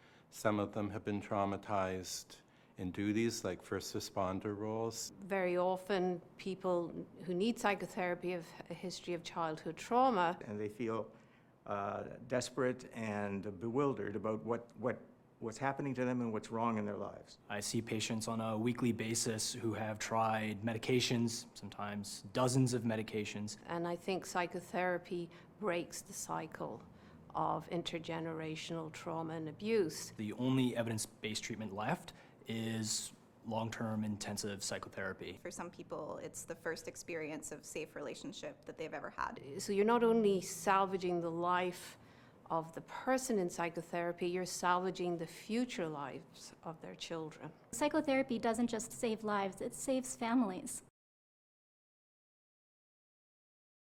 Well, I think of resilience. Oh, journey. Life-saving. Inner strength. Always hope. Trust. Contentment. Empowerment. Partnership. Connection. Transformational. Meaning. There's also a lot of despair. Resilience. Ambition. Vitality. Mastery. Working through. Connection. Inner knowledge. Autonomy and agency. Finally, wisdom. And hope. Is that enough? I am a psychiatrist and I do psychotherapy. I'm a psychiatrist and I do psychotherapy. So I'm a psychiatrist in training. I'm a psychiatrist and I do psychotherapy. I'm a physician and I do psychotherapy. I'm a psychiatrist and I do psychotherapy. I'm a psychiatrist and I do psychotherapy. I'm a psychiatrist and I'm doing psychotherapy. I'm a psychiatry resident and I do psychotherapy. I am a physician and I do psychotherapy. I'm a psychiatrist and I do psychotherapy. You want me to say I'm a neuropsychiatrist and I do psychotherapy? I'm a psychiatrist and I do psychotherapy. I'm a neuropsychiatrist and I do psychotherapy. I'm a psychiatrist in training and I do psychotherapy. I'm a psychiatry resident and I want to do psychotherapy. To learn more about the Psychotherapy Saves campaign, you can view my upcoming presentation with Drs. Mammoliti and Box at the online 2021 American Psychiatric Association annual meeting next month. You can also read about our progress in the March 2021 issue of the Journal of Psychiatric Practice, which includes additional contributions from Drs. Susan G. Lazar and Eric Plakin. We will shortly be bringing forward a visual arts piece on the theme of Indigenous mental health. As we look to expand our Indigenous health initiative, we are striving to amplify the voices of and to learn from Indigenous peoples. While there is still a great deal of work to be done, we see this piece as a key allyship step in our equity framework as an organization. We have been following the work of Indigenous artists on social media, including Tanya Tagaq, Joshua Manishek Pawa-Steckley, and Nicole Neidhart.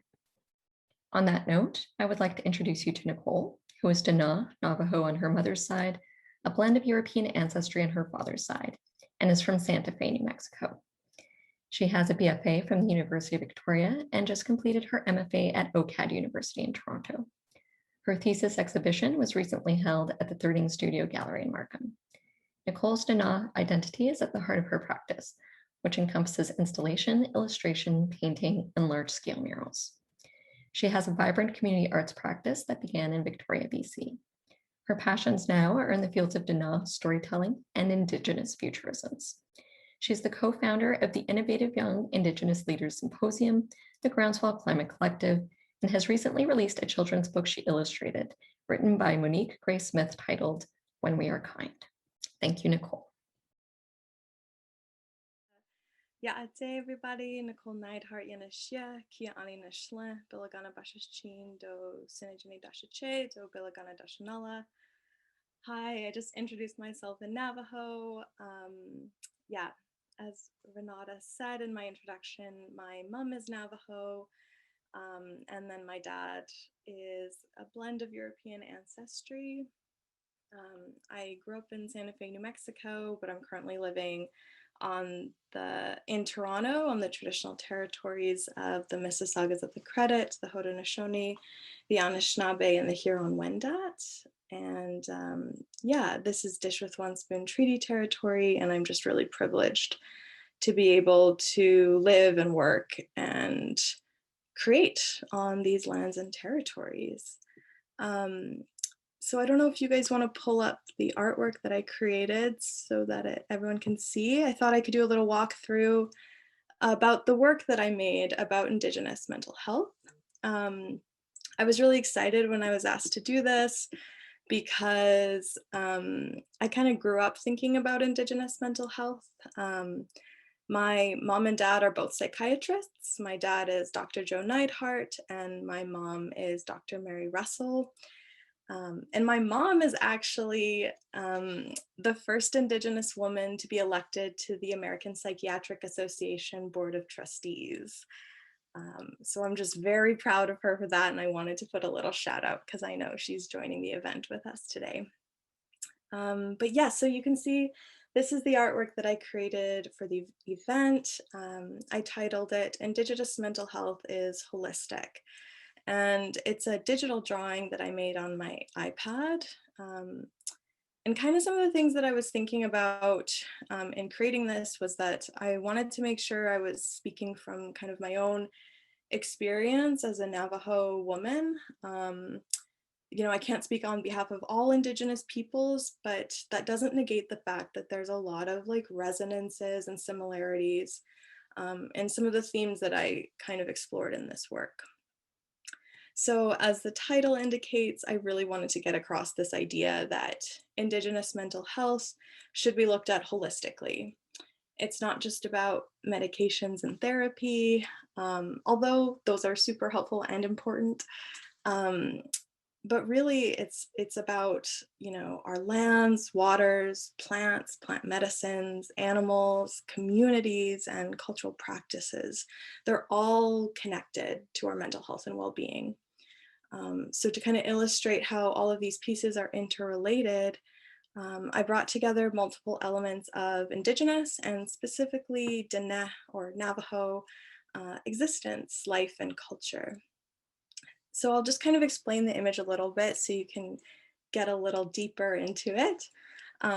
As you can see, the central figure is a Diné woman rocking these large turquoise earrings.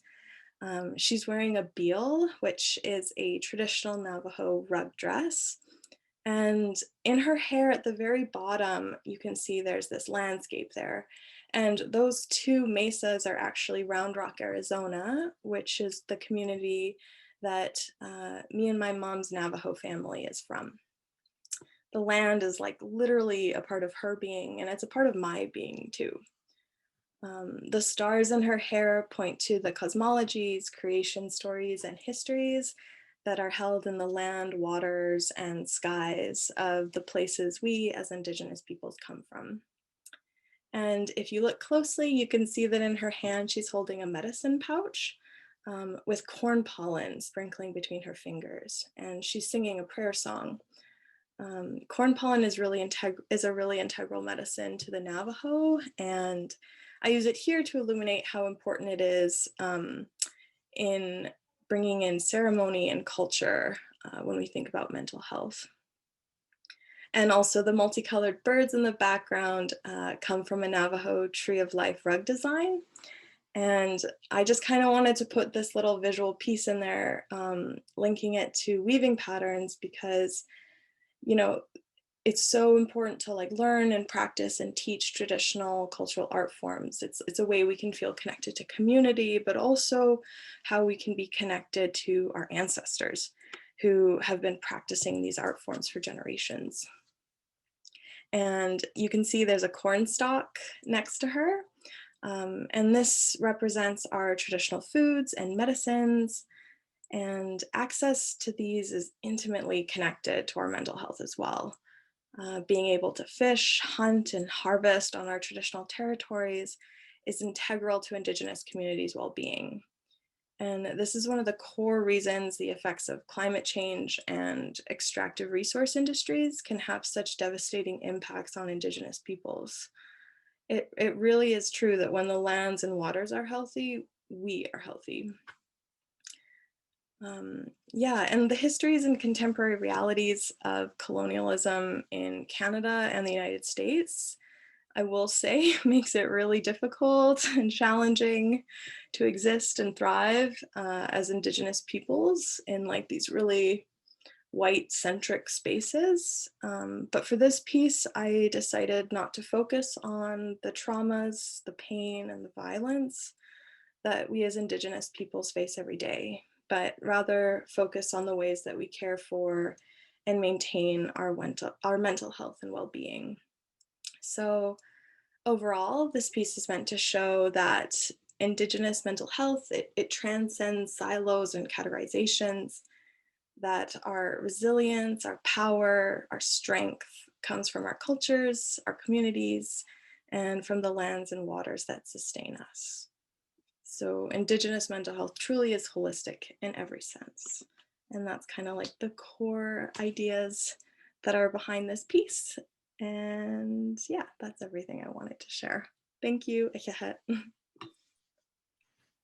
Nicole, thank you so much for sharing this beautiful piece with us.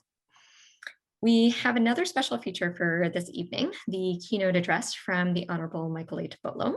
Prior to taking office, Minister Tibollo volunteered as a certified addictions counselor and advocated for Caritas, a residential therapeutic community seeking to help those facing mental health and addictions challenges.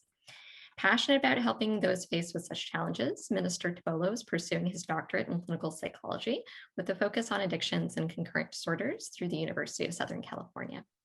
Minister Tibollo proudly serves the people of Ontario as the province's first Associate Minister of Mental Health and Addictions, and is looking forward to creating a connected system of care with comprehensive wraparound services so that every Ontarian can be fully supported in their journey towards mental wellness. Over to you, Minister Tibollo. Thank you very much, Dr. Villela, and I thank you for the great introduction and for the opportunity to be here this evening and share this milestone with you. It's truly, when you think of 100 years and what's happened in the last 100 years, to think that the association has been in existence that long. You know, I'm a bit of a history buff, and looking back 100 years ago in 1920, the Spanish flu was devastating the planet, and we had 27% of the population, I believe, back then infected with a virus, the Spanish flu. And of course, subsequent to that, we also experienced a substantial amount of deaths. Over 50 million people died. So it's interesting to see that when the association was formed, we had another pandemic on our hands. And it's also interesting to note that the average age for people back then, for men was 53.6 years, and for women it was 54.6 years of age. That was considered a full life. And times have certainly changed in that respect in terms of life expectancy and of course, everything that comes with longer lives. But I want to thank you again for allowing me to be here this evening and to speak.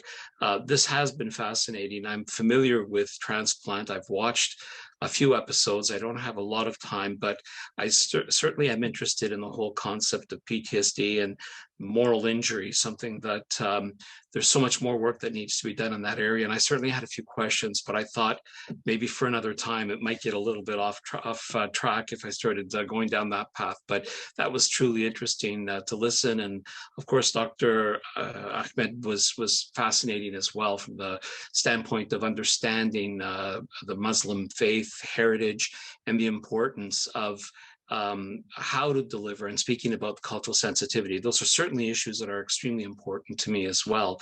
But I'd like to begin by, again, thanking Dr. Villela, Dr. Hill. Alyssa, I heard you earlier. Hello, and thank you for being part of this as well. And of course, Alan Odette and all the great work that he does at the OMA as well. To me, one of the things that is extremely important that I've had to deal with throughout this pandemic and even before that is to work with psychiatrists and to see the incredible work that they do each and every day. And I want to express my sincere appreciation and gratitude to all of Ontario psychiatrists and everyone who works in the area of mental health and addictions. These are truly trying times, and these are truly moments when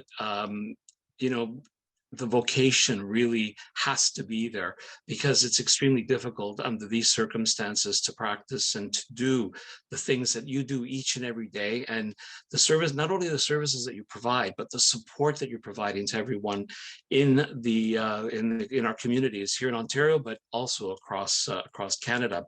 And everyone at Queen's Park, including all the people in the province of Ontario, I can tell you, applaud your ongoing commitment to your clients and patients during these unprecedented times.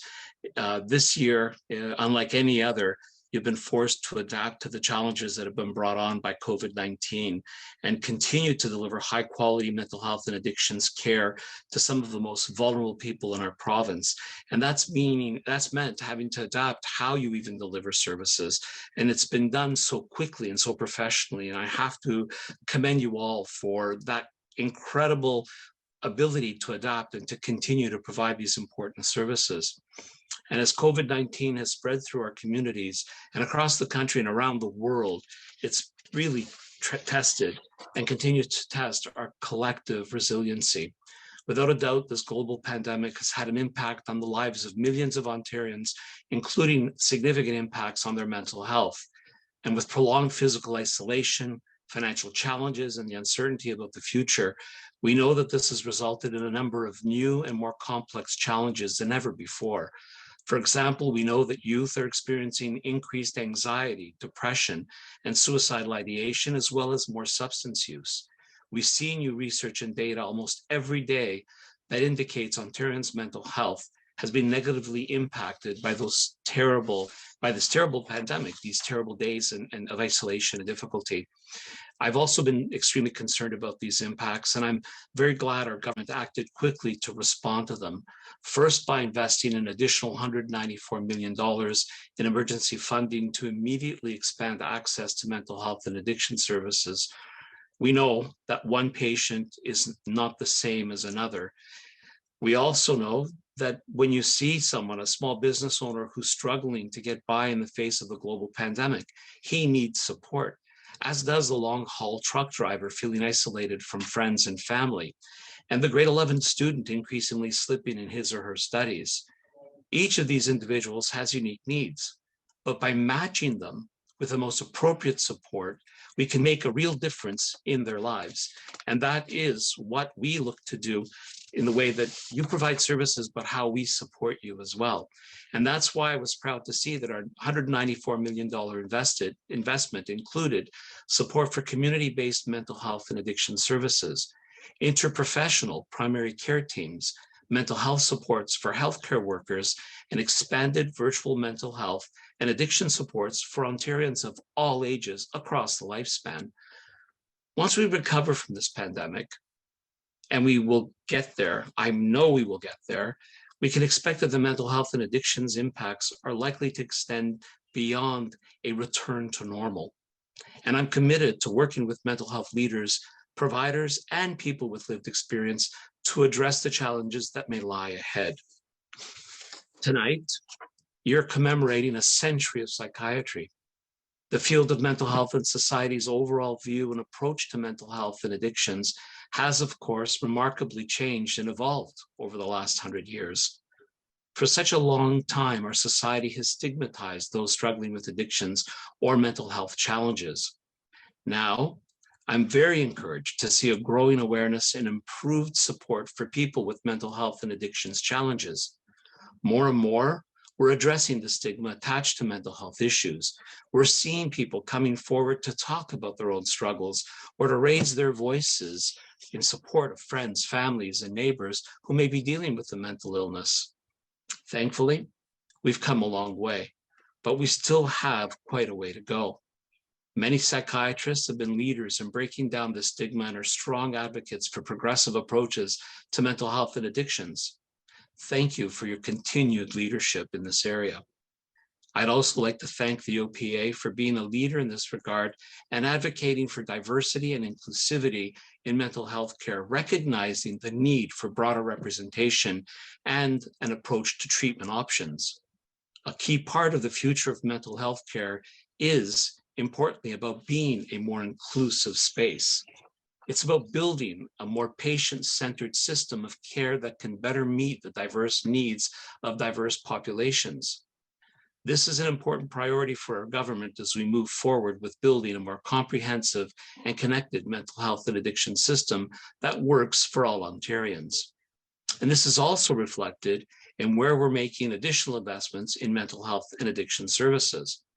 As part of the additional pandemic-related funding for mental health and addiction services, over $51.5 million is going towards a cross-sectoral approach to support vulnerable populations, which include First Nations communities, Métis, Inuit, and urban Indigenous populations, Black youth, children and youth in care, LGBTQ youth, people with developmental disabilities, and victims of gender-based violence.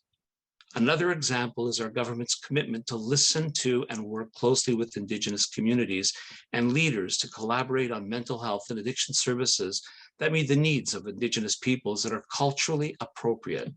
Indigenous peoples have faced long-standing barriers to accessing effective and culturally safe mental health and addictions care. As such, it's critical to make investments, such as the more than $12.8 million in base funding we made last year, to immediately expand and enhance culturally safe and appropriate mental health and addiction services for Indigenous peoples, families, and their communities. Another example is the investment our government recently made to expand the child and adolescent psychiatry program based in Thunder Bay with satellite service locations across northwestern Ontario. This includes supporting the expansion of the Sioux Lookout Menoyawin Health Center satellite sites as a satellite site to ensure that children and youth have access to permanent child psychiatry programs, staff, and ensure that they can receive psychiatric and follow-up care. And these investments are part of the Roadmap to Wellness, an action-oriented plan to build a connected and comprehensive mental health and addiction system, which our government put forward just over a year ago. This roadmap reflects the priorities I've heard again and again through conversations with diverse frontline mental health and addictions workers, experts, and individuals with lived experience and their families. Under this plan, Ontario will provide $3.8 billion over 10 years to invest in priority areas and expand existing services. And this includes targeted investments that are part of the recent provincial budget, including supporting mobile mental health clinics in remote, rural, and underserved communities. This recent provincial budget also highlights broader mental health and addiction supports, such as a crisis call diversion program to offer immediate support for individuals experiencing a mental health crisis, and on-campus and virtual mental health supports for post-secondary students that are in the universities. And we're also continuing to focus on integrating the mental health and addiction sector with justice services, investing in support of housing and targeting supports for vulnerable populations such as Indigenous communities. We're focused on building a connected care continuum for Ontarians of all ages, where community services, primary care, and acute care support come together, respect each other in order to meet the needs of patients and clients. Another important priority under the Roadmap to Wellness is to address gaps in care by implementing innovative solutions, such as Ontario's new structured psychotherapy program. This program provides access to evidence-based publicly funded treatment offerings, such as cognitive behavioral therapy, using a step care model for people living with depression, anxiety, and anxiety-related conditions, the most common mental health issues to impact Ontarians. This new program is being implemented by the Mental Health and Addiction Centre of Excellence within Ontario Health, and currently offered through 4 pilot regions: Center for Addictions and Mental Health, Royal Ottawa Mental Health, Ontario Shores Centre for Mental Health Sciences, and Waypoint Centre for Mental Health Care as well. And work continues to expand the program beyond these 4 networks and to tailor supports and access points for those who often face barriers to mental health and addictions care, such as people of color and Indigenous peoples. Mental health is clearly one of the pressing health issues in our province. And we always say you can't have health without mental health. Half of the population will have or have experienced a mental health challenge by age 40. And we know that over 1 million Ontarians experience a mental health or addictions challenge each year. We're seeing important progress in how we approach and treat mental health and addictions, and psychiatry plays a critical role in delivering real and meaningful change. You're all dedicated professionals working on the front lines to provide the best possible mental health and addictions care for your clients. And I applaud you all for the hard work that you do. You are truly unsung heroes. And I really am very appreciative of having you on our side, working every day, helping us with such difficult and complicated situations. I want to thank you again, all of you, for doing the things you do to ensure that all Ontarians can be fully supported in their journey towards mental wellness. Thank you.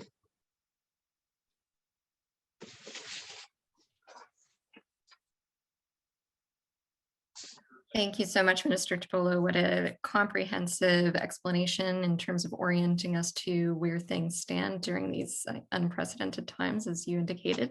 We do have a few questions from the floor that we would like to get through. We'll have a little bit of time set up for that.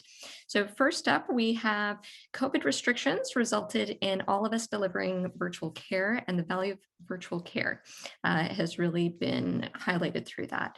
Can we expect these to continue in the future? Yes, a simple answer is yes, but I wanted to say a little bit more about that. We, at this present time, have over 60,000 people that are using virtual supports. They're not for everyone, but they have been proven to be effective with for individuals who are suffering from depression and anxiety, mild to moderate. We've actually had some success with the more complex cases, but it was never meant for that. But I think when we talk about in the Roadmap to Wellness, building a continuum of care, obviously with expansion of broadband, this will be something that will be able to be utilized in some of the more remote areas where they haven't had access to care in the past. So yes, it will continue. We're also utilizing it and using it for specialty areas. So for instance, our frontline workers, there are over 6,000 people that are on a program that's also available free of charge online through the government. And of course, the intention is that with the continuum of care, with structured psychotherapy, we'll also have the ability to have in-person, we'll be able to have the virtual, and we'll be able to assess where an individual can get the best support, when they need it. And obviously, there's a lot more work that we need to do in this area. I spent some time in England with looking at the iPad system with the doctors that created it.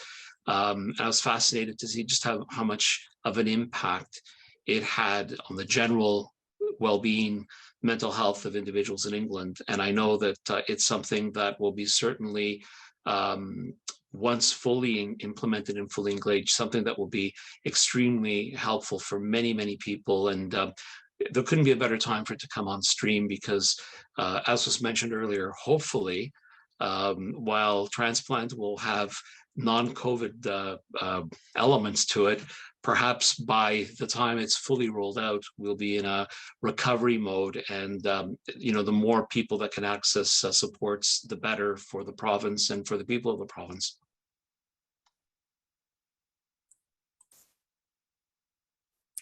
All right. And our next question then is with regards to long-term therapy. Some have concerns about the availability of that being OHIP covered in the future, that could be reduced. Do you have any thoughts that you wanted to share on that concern?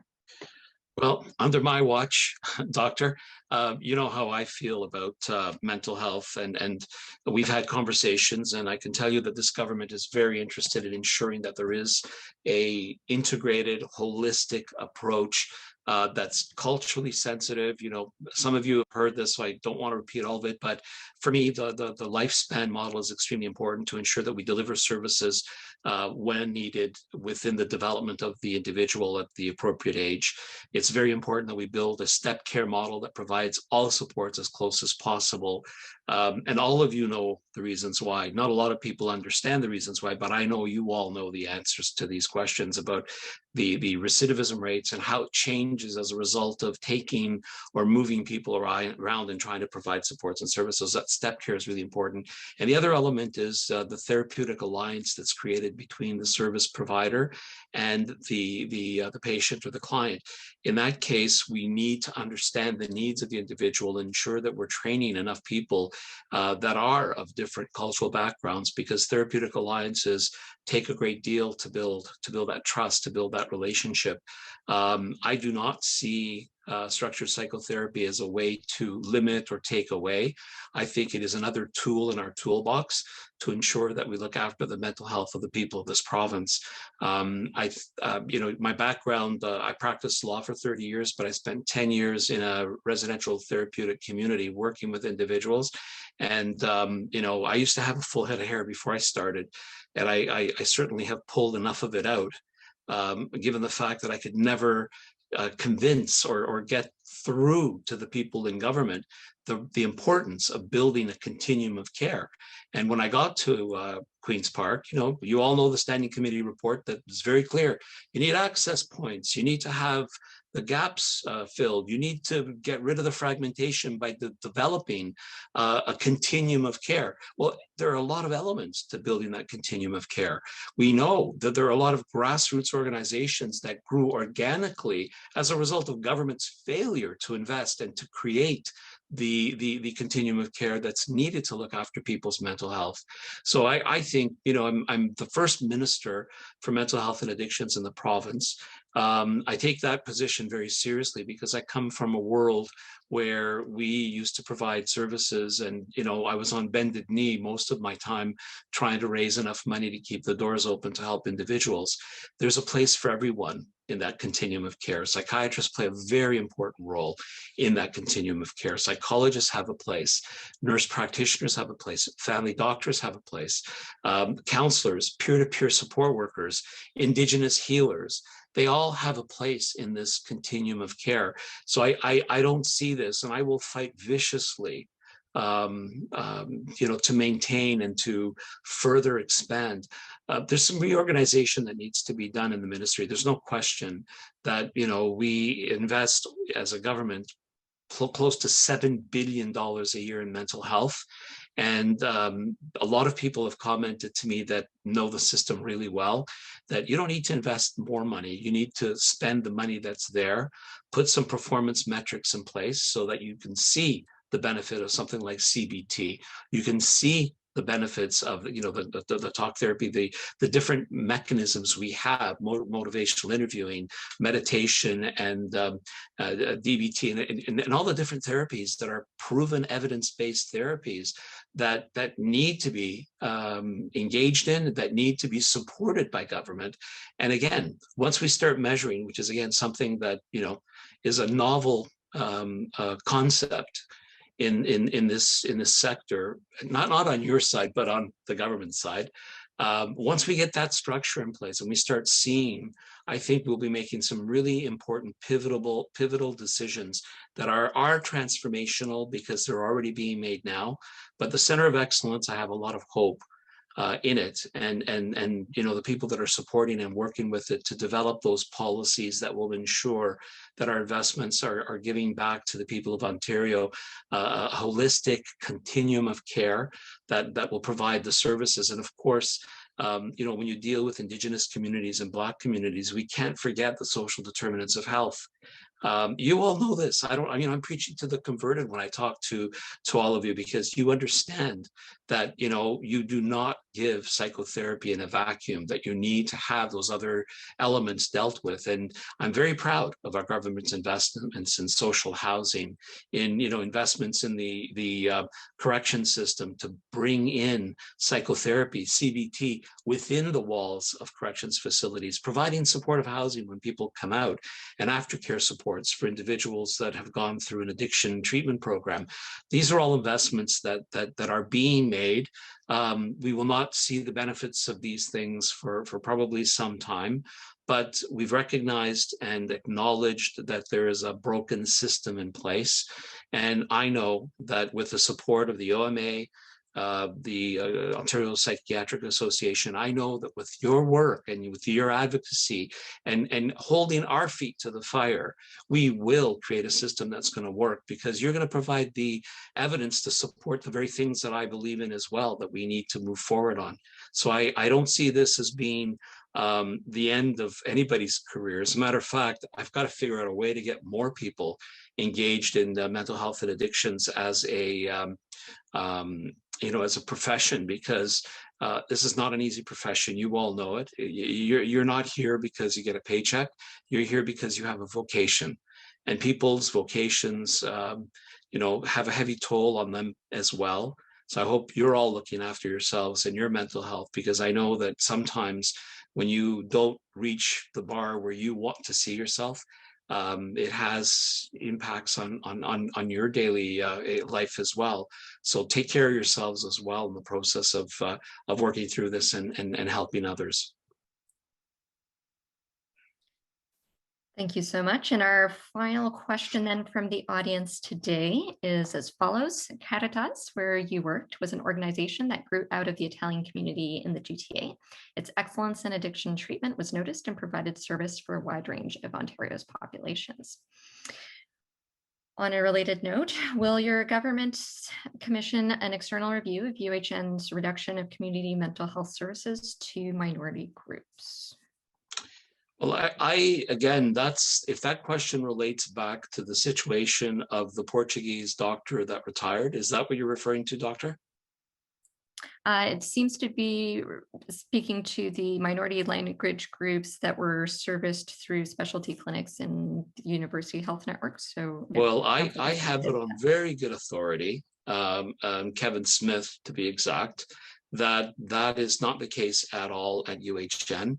What happened was the doctor, I believe, retired, the doctor that was providing services in Portuguese.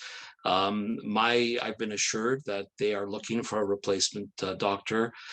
They do continue to have support staff there that speaks Portuguese and Spanish, and those services will continue.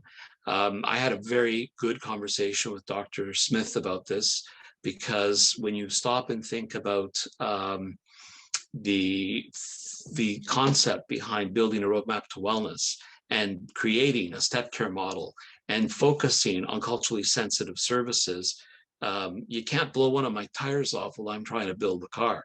And again, I'm there's some questions and some issues that obviously need to be addressed from the standpoint of what we do as a province, what the LHINs are doing, and what the Ontario health teams will do one day, and also how funds are administered in hospitals when it comes to investments that they're making relating to mental health. Those are challenges that we inherited from past funding agreements and past governments. I'm trying to be politically correct here. Let's just say we're working through this, and I am very sensitive to building programs that help minorities. Portuguese, like Italians, come from a collectivist society. We have very high standards or expectations of our children, and they cannot have a mental health issue, and they cannot have an addiction. notwithstanding the fact that Caritas was started and there's at any given time 40 kids there that are of their ethnicity is Italian. The bottom line is addiction and mental health impacts on everyone. And if we're truly going to help people, we can't have a one size fits all. We need to look after all communities, whether it's the young people. You know, I worked in an organization that looked after people with neurodevelopmental disorders. There were no supports for mental health. There weren't any.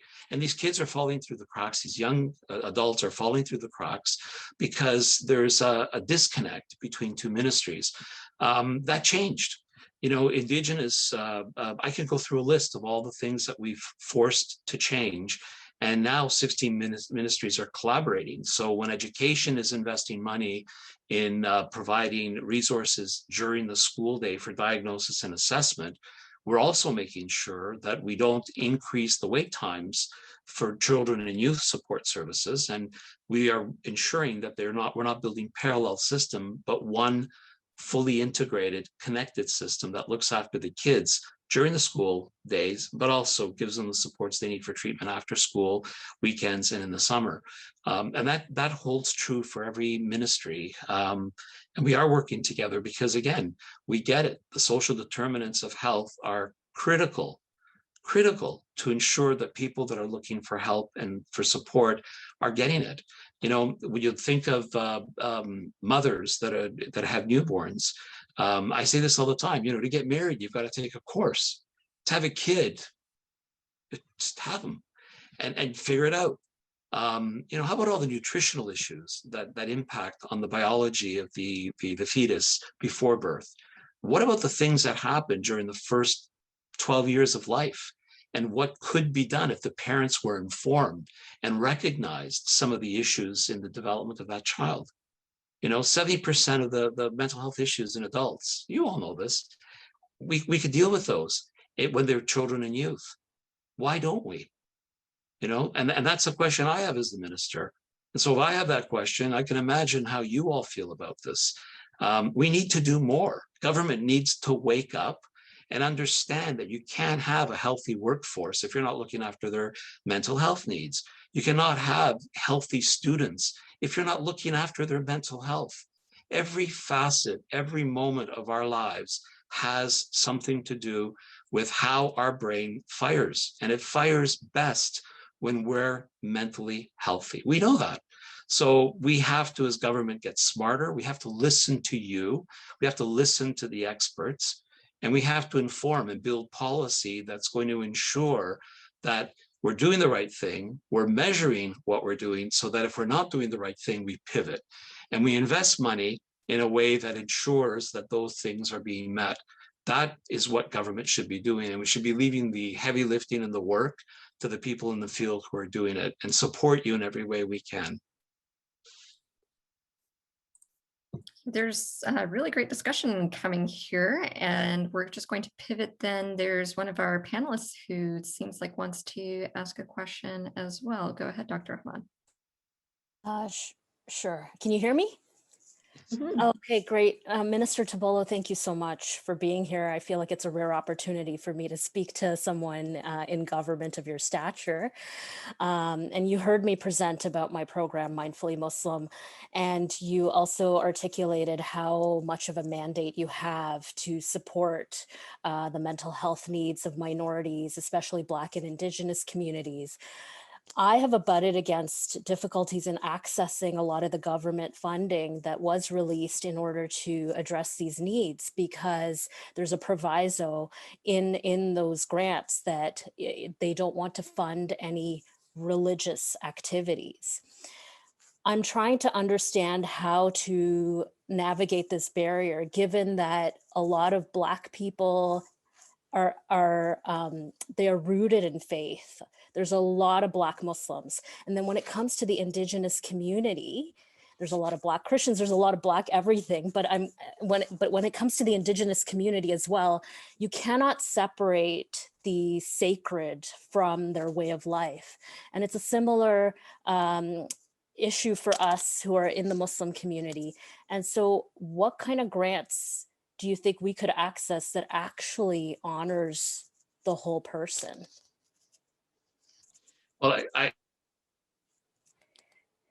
and that's a great question, and I think you and I have spoken once before, because I'm fascinated with the delivery of services and understanding how to build that therapeutic alliance with different cultures.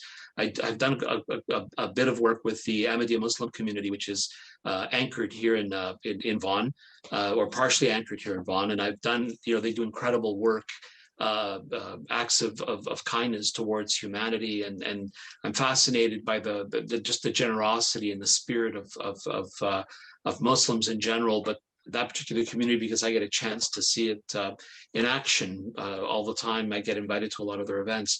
I don't believe, and I came from the world of Caritas. That's where I learned a little bit about how to deal with mental health issues, and I had young men that were Muslim, Jews that had, and so I found it very difficult, because I used to do a program, their motivational program, and do some cognitive behavioral therapy with them. I never had an issue, and for me, I keep on jumping back to sort of like add another part before I answer the question. The next part that I want to add is the biopsychosocial model of service delivery in Caritas included a huge component that dealt with spirituality. And in the early days when I started doing work there, I would use the Taoist philosophy from the standpoint of providing supports that really were neutral from the standpoint of any particular religion. And then I was exposed to indigenous spiritual teachings, which completely blew me away, because of, again, from the work that I'm doing a doctorate right now in clinical psychology focused on addiction, concurrent disorders. The study of residential treatment programs, land-based healing, particularly for Indigenous, goes back long before the history of this country, and long before it goes back to Indigenous communities thousands of years ago. Right. The amount that we can learn from that. So when I speak about the component of spirituality, I don't talk about religion. I utilize the spirituality component. Now, there are programs that the government does fund. The focus, obviously, spirituality is a focus of a component of the program. What's really being funded is a day program, or hopefully one day treatment beds. And there are programs that are accessible for you. What I would suggest, I think part of my team is on the line.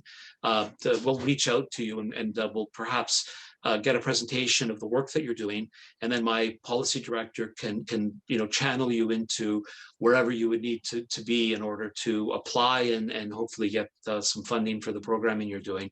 But I'm very supportive. I've been to many land-based healing lodges throughout the province. Again, I'm a huge believer in culturally sensitive training and delivery of services. So I fully support the work that you do, because there are benefits not only for your community, but also what we can learn from your community and perhaps scale into other communities as well. Yes, I really, really genuinely appreciate that. I'd love to be in touch with your office about this issue. It would be fantastic, because there's a group of Black Muslim youth living in a shelter who I want to get funding for in order to do these groups. So, you can't talk about a more marginalized population than that, right? Yeah. They want a faith-based approach.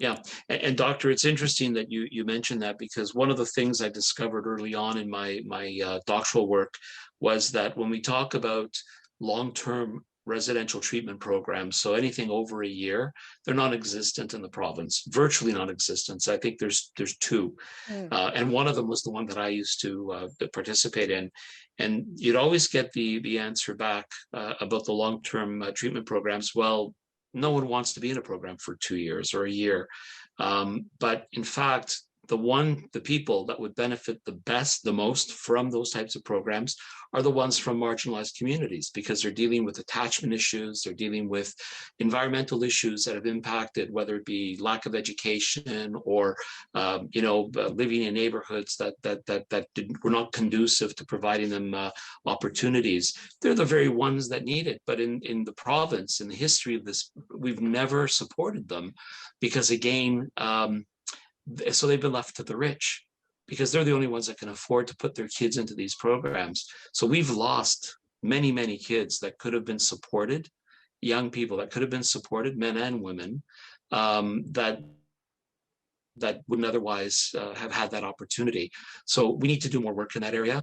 I'd love to learn more about, I know that addictions is impacting a lot more women now, so I'd love to understand the impact of addictions on Muslim women. There's a lot of issues with respect to domestic violence. There's issues of eating disorders. Like I get inundated every day with mothers and young women that write to me about the problems that they're having.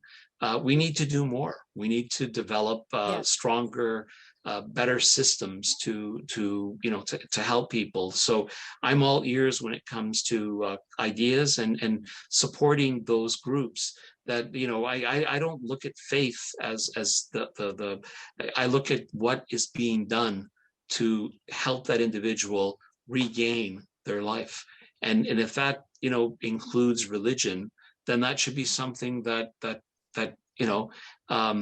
if they want that, then why should we deny them the opportunity to get the help and the support they need? And I fully appreciate and understand the importance of religion in the Muslim faith and how relevant it is in every aspect of the individual's being. So we have to be cognizant of that, and that shouldn't be a limitation. Thank you. Well, I think it's an embarrassment of the riches. We've had such great feedback from our audience. I think we all really appreciate Minister Tibollo, you taking the time to speak with us directly and to get this real-time feedback as well in terms of what could lie ahead. I really appreciate, again, you being here this evening. Well, Dr. Villela, you do amazing work. And Dr. Hill, if she's still on the line, she's another one. You guys are heroes. You do amazing work, and I truly appreciate your leadership and your continued advocacy to bring this to the attention of government. Remember, I'm one voice, one minister, but when I have the support and I have the advocacy that takes place by people that articulate and provide me logical reasoning as to why we should be doing things, it's difficult for cabinet and the premier to say, you don't get it or we don't get it. And, we're in a very interesting time because, for the first time in the history of the province, $3.8 billion is being invested. The investments this year were at $525 million annualized, in addition to the $7 billion that are being invested annually. So there's a lot of money there. We just have to refocus, and we have to work together to find the best ways to make these investments so that we help as many people as possible. Absolutely. So to help wrap up our evening, I'd like to invite Dr. Adam Kassam, incoming president of the OMA, to say a few words. Drs. Villela and Mammoliti, Minister Tibollo, Dr. Ahmed, and the Transplant team and OPA members, thank you for such an incredible evening. I wanted to begin my remarks by thanking each and every one of you for your dedication, your determination, and your hard work. It is this passion for your profession and your craft, which you employ to serve your patients day in and day out, that makes you leaders in our communities. As this evening has unfolded, I started to reflect on your association's history. A century ago, the Ontario Psychiatric Association was founded, and it was founded at a time when the world and our nation was recovering from two major events. The first, of course, was World War I, and perhaps the beginning of our experience in understanding trauma-induced mental health challenges that we have repeatedly now seen in those serving in the theater of war. The second event, which Minister Tibollo referenced earlier, was the Spanish flu pandemic, which lasted until 1920, and curiously now, nearly 100 years later, our world is seized with the enormous challenge that is COVID-19. What is clear about both of these events a century ago, and what we are all collectively dealing with now, is just how important and vital mental health is to the well-being of our civil society. The mental health toll that continues to rise during this pandemic for our patients, for our colleagues, for our loved ones, is starting to become one of the unfortunate legacies of COVID-19. However, listening to the stories shared today of the compassion, of the talent, of the ingenuity, and of the innovation of the minds in this room, I am comforted in knowing that Ontario's psychiatrists will continue to be there, helping patients and leading us all to better mental health. It is with this great confidence that I wish you and your association another century of progress, of growth, of fulfillment, and of incredible service. So thank you for all that you continue to do. Thank you. Thank you, Dr. Sam, for those wonderful words. And next, we're moving to Dr. Marina Mammoliti, Chair of the OMA section on psychiatry, and also one of the OPA's counselors, who will provide some additional remarks. Thank you, everybody. This has been a pleasure to listen to all of this insight and the skills that everybody shared and all the experience. And of course, a giant thank you to Minister Tibollo for making the time today while we're in the COVID pandemic. I'm sure you have a lot of meetings to attend to, so I really, really appreciate immensely that you took the time to attend our meeting tonight, as well as Dr. Ahmad and all the other panelists who've shared their personal experience to enlighten us and to provide this excellent opportunity to gain so much knowledge. You know, reflecting on psychiatry and OPA, this has been over 100 years for us, and we've progressed. We've progressed in terms of the treatments we offer. We've progressed also who are psychiatrists, meaning, you know, including the different genders, including how many women are psychiatrists these days, and including the different backgrounds that psychiatrists come from. And I think this in 2021, that is one of the biggest emphasis we have to continue doing as a profession, making sure that we have psychiatrists who represent every background, religious, ethnic background, and gender, so we could be inclusive, so that our patients feel comfortable, feel understood, feel validated in their life experience, and could see other psychiatrists who may be representative of them and who may share some lived experience. So I really appreciate the diversity of the panel today and the learning experience from the panel that we all gathered for the participants, and the time and the effort that everybody put in, especially, again, Minister Tibollo, all the time that you gave us today. It's very much appreciated. So thank you very much, everybody. Thank you, Dr. Mammoliti. In closing, we hope this evening has helped you to appreciate the diversity and inclusivity across the board in our field, especially in terms of representation and of treatment options. We're really using a big tent approach because we believe there's room at the table for everyone. As advances arise, there are additional ways for us to address mental suffering. And we hope that we have achieved our goal of connecting with you to raise awareness around these crucial conversations so that we can make a positive difference as we face the next 100 years. Thank you so much to our sponsors again, to you, our audience, and to our OPA team for your support. There is also some additional information in front of you in terms of our organization. And if you want to learn more about it, you can make a voluntary financial contribution to our advocacy projects by clicking on the button next to the one that you used to register for this event. And also don't forget to follow us on social media to continue to learn more about what lies ahead. Good night, everyone. Take care.